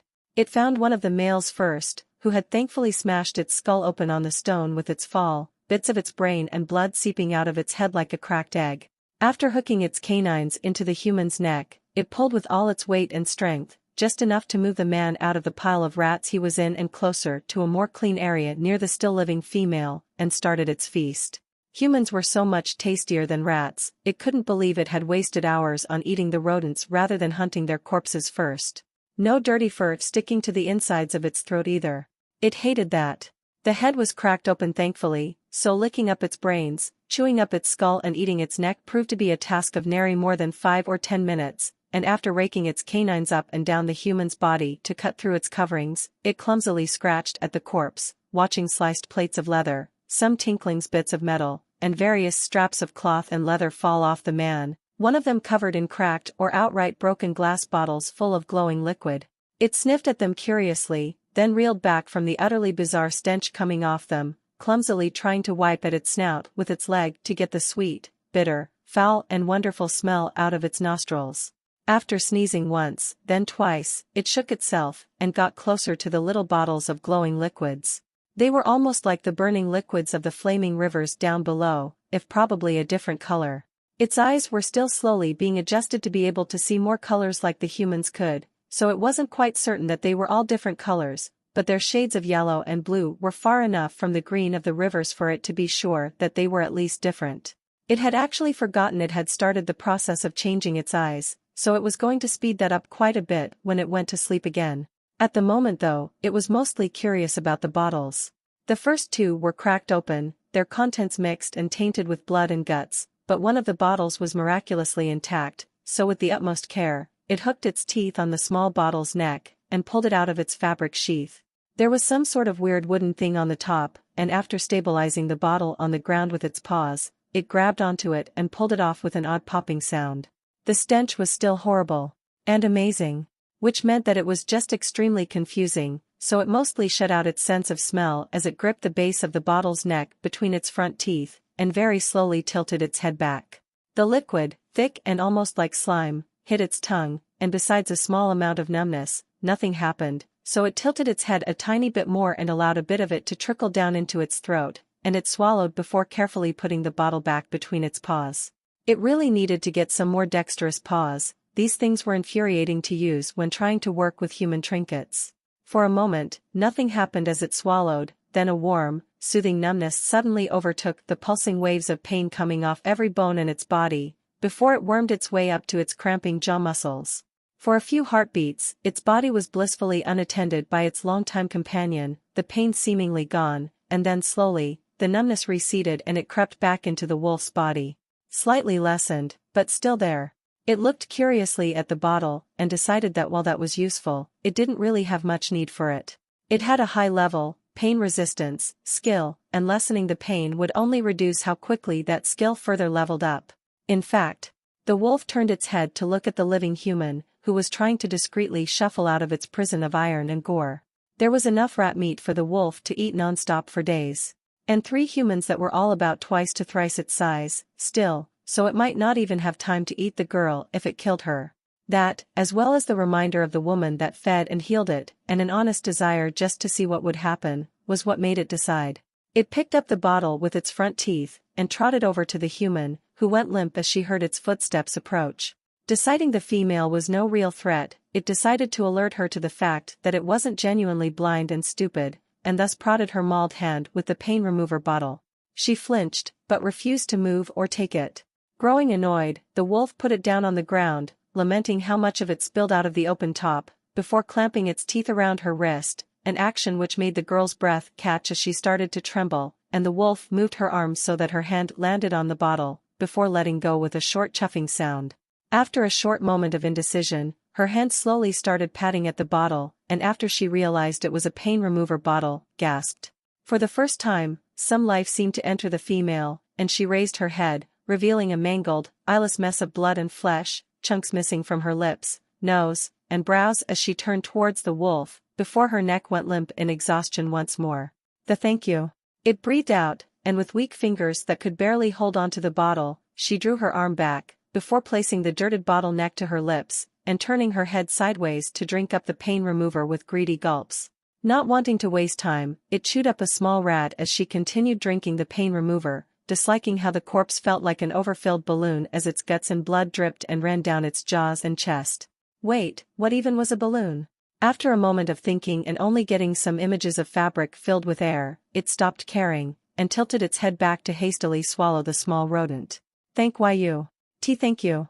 The human gasped out repeatedly as soon as she finished the bottle, and the wolf watched her for only a moment before growing rigid in surprise. Her flesh was knitting back together, the wounds closing and her bleeding ceasing at a speed that was unimaginable to the wolf. No flesh was restored, and she was still blind, but it watched in fascination as her wounds scabbed, then turned to skin, in a sped-up process that took only a dozen or so seconds, her mangled fingers twitching. That liquid could heal injuries.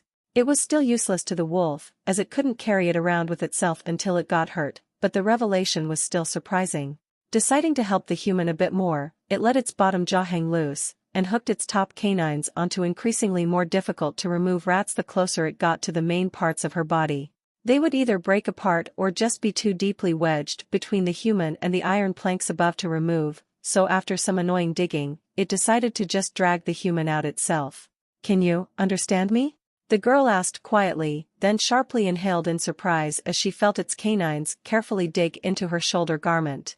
It planted its paws down in a wide stance with its neck extended over the human's head, unaware of the bits of blood dripping onto the back of her head and making her flinch, and slowly started using its meager legs and muscles to walk backwards.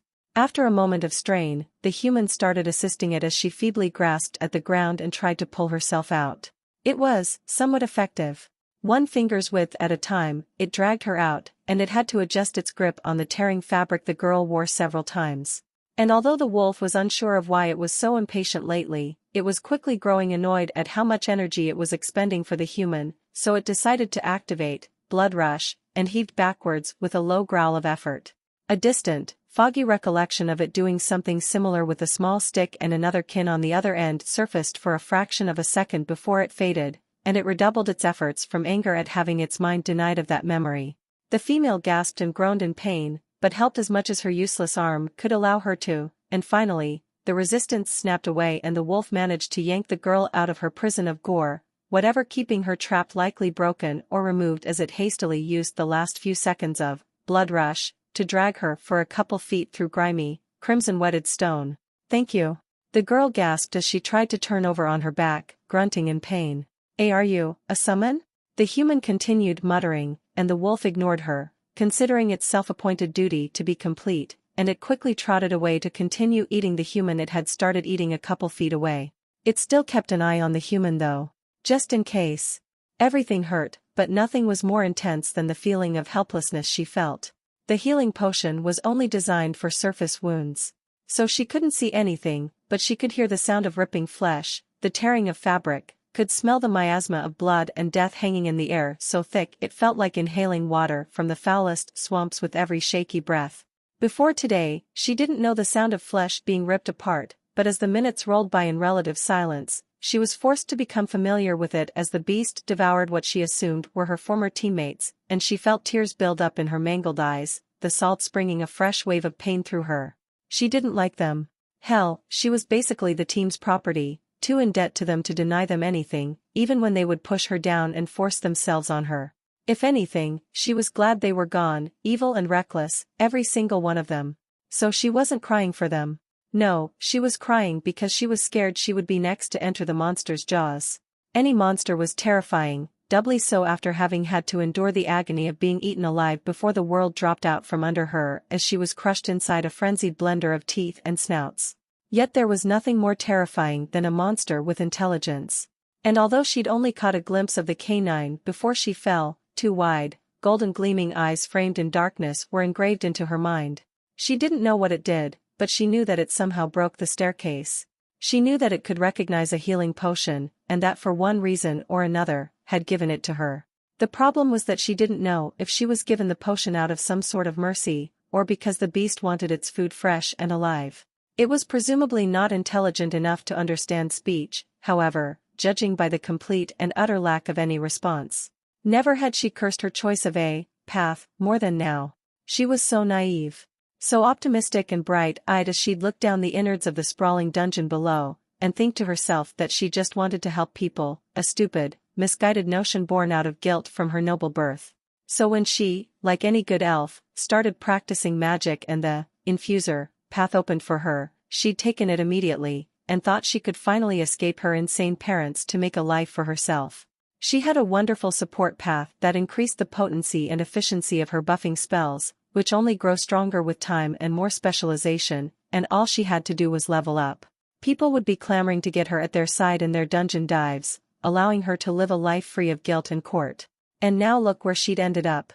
Level 7, crippled in a trash pit, covered in blood and guts, blind and helpless, and most likely about to be devoured. With just 3 useless spells in her repertoire, she might as well just tilt her head away and hope the dog, or monster, or whatever the thing was, made it quick. Even if she wanted to cast Spark Burst, it was unlikely to do anything unless she got her hand cupped around its eyeball or something. It wasn't even a real spell. She'd just been trying to learn pyromancy from watching a street performer, and learned how to throw sparks, which the system registered as a spell for some reason.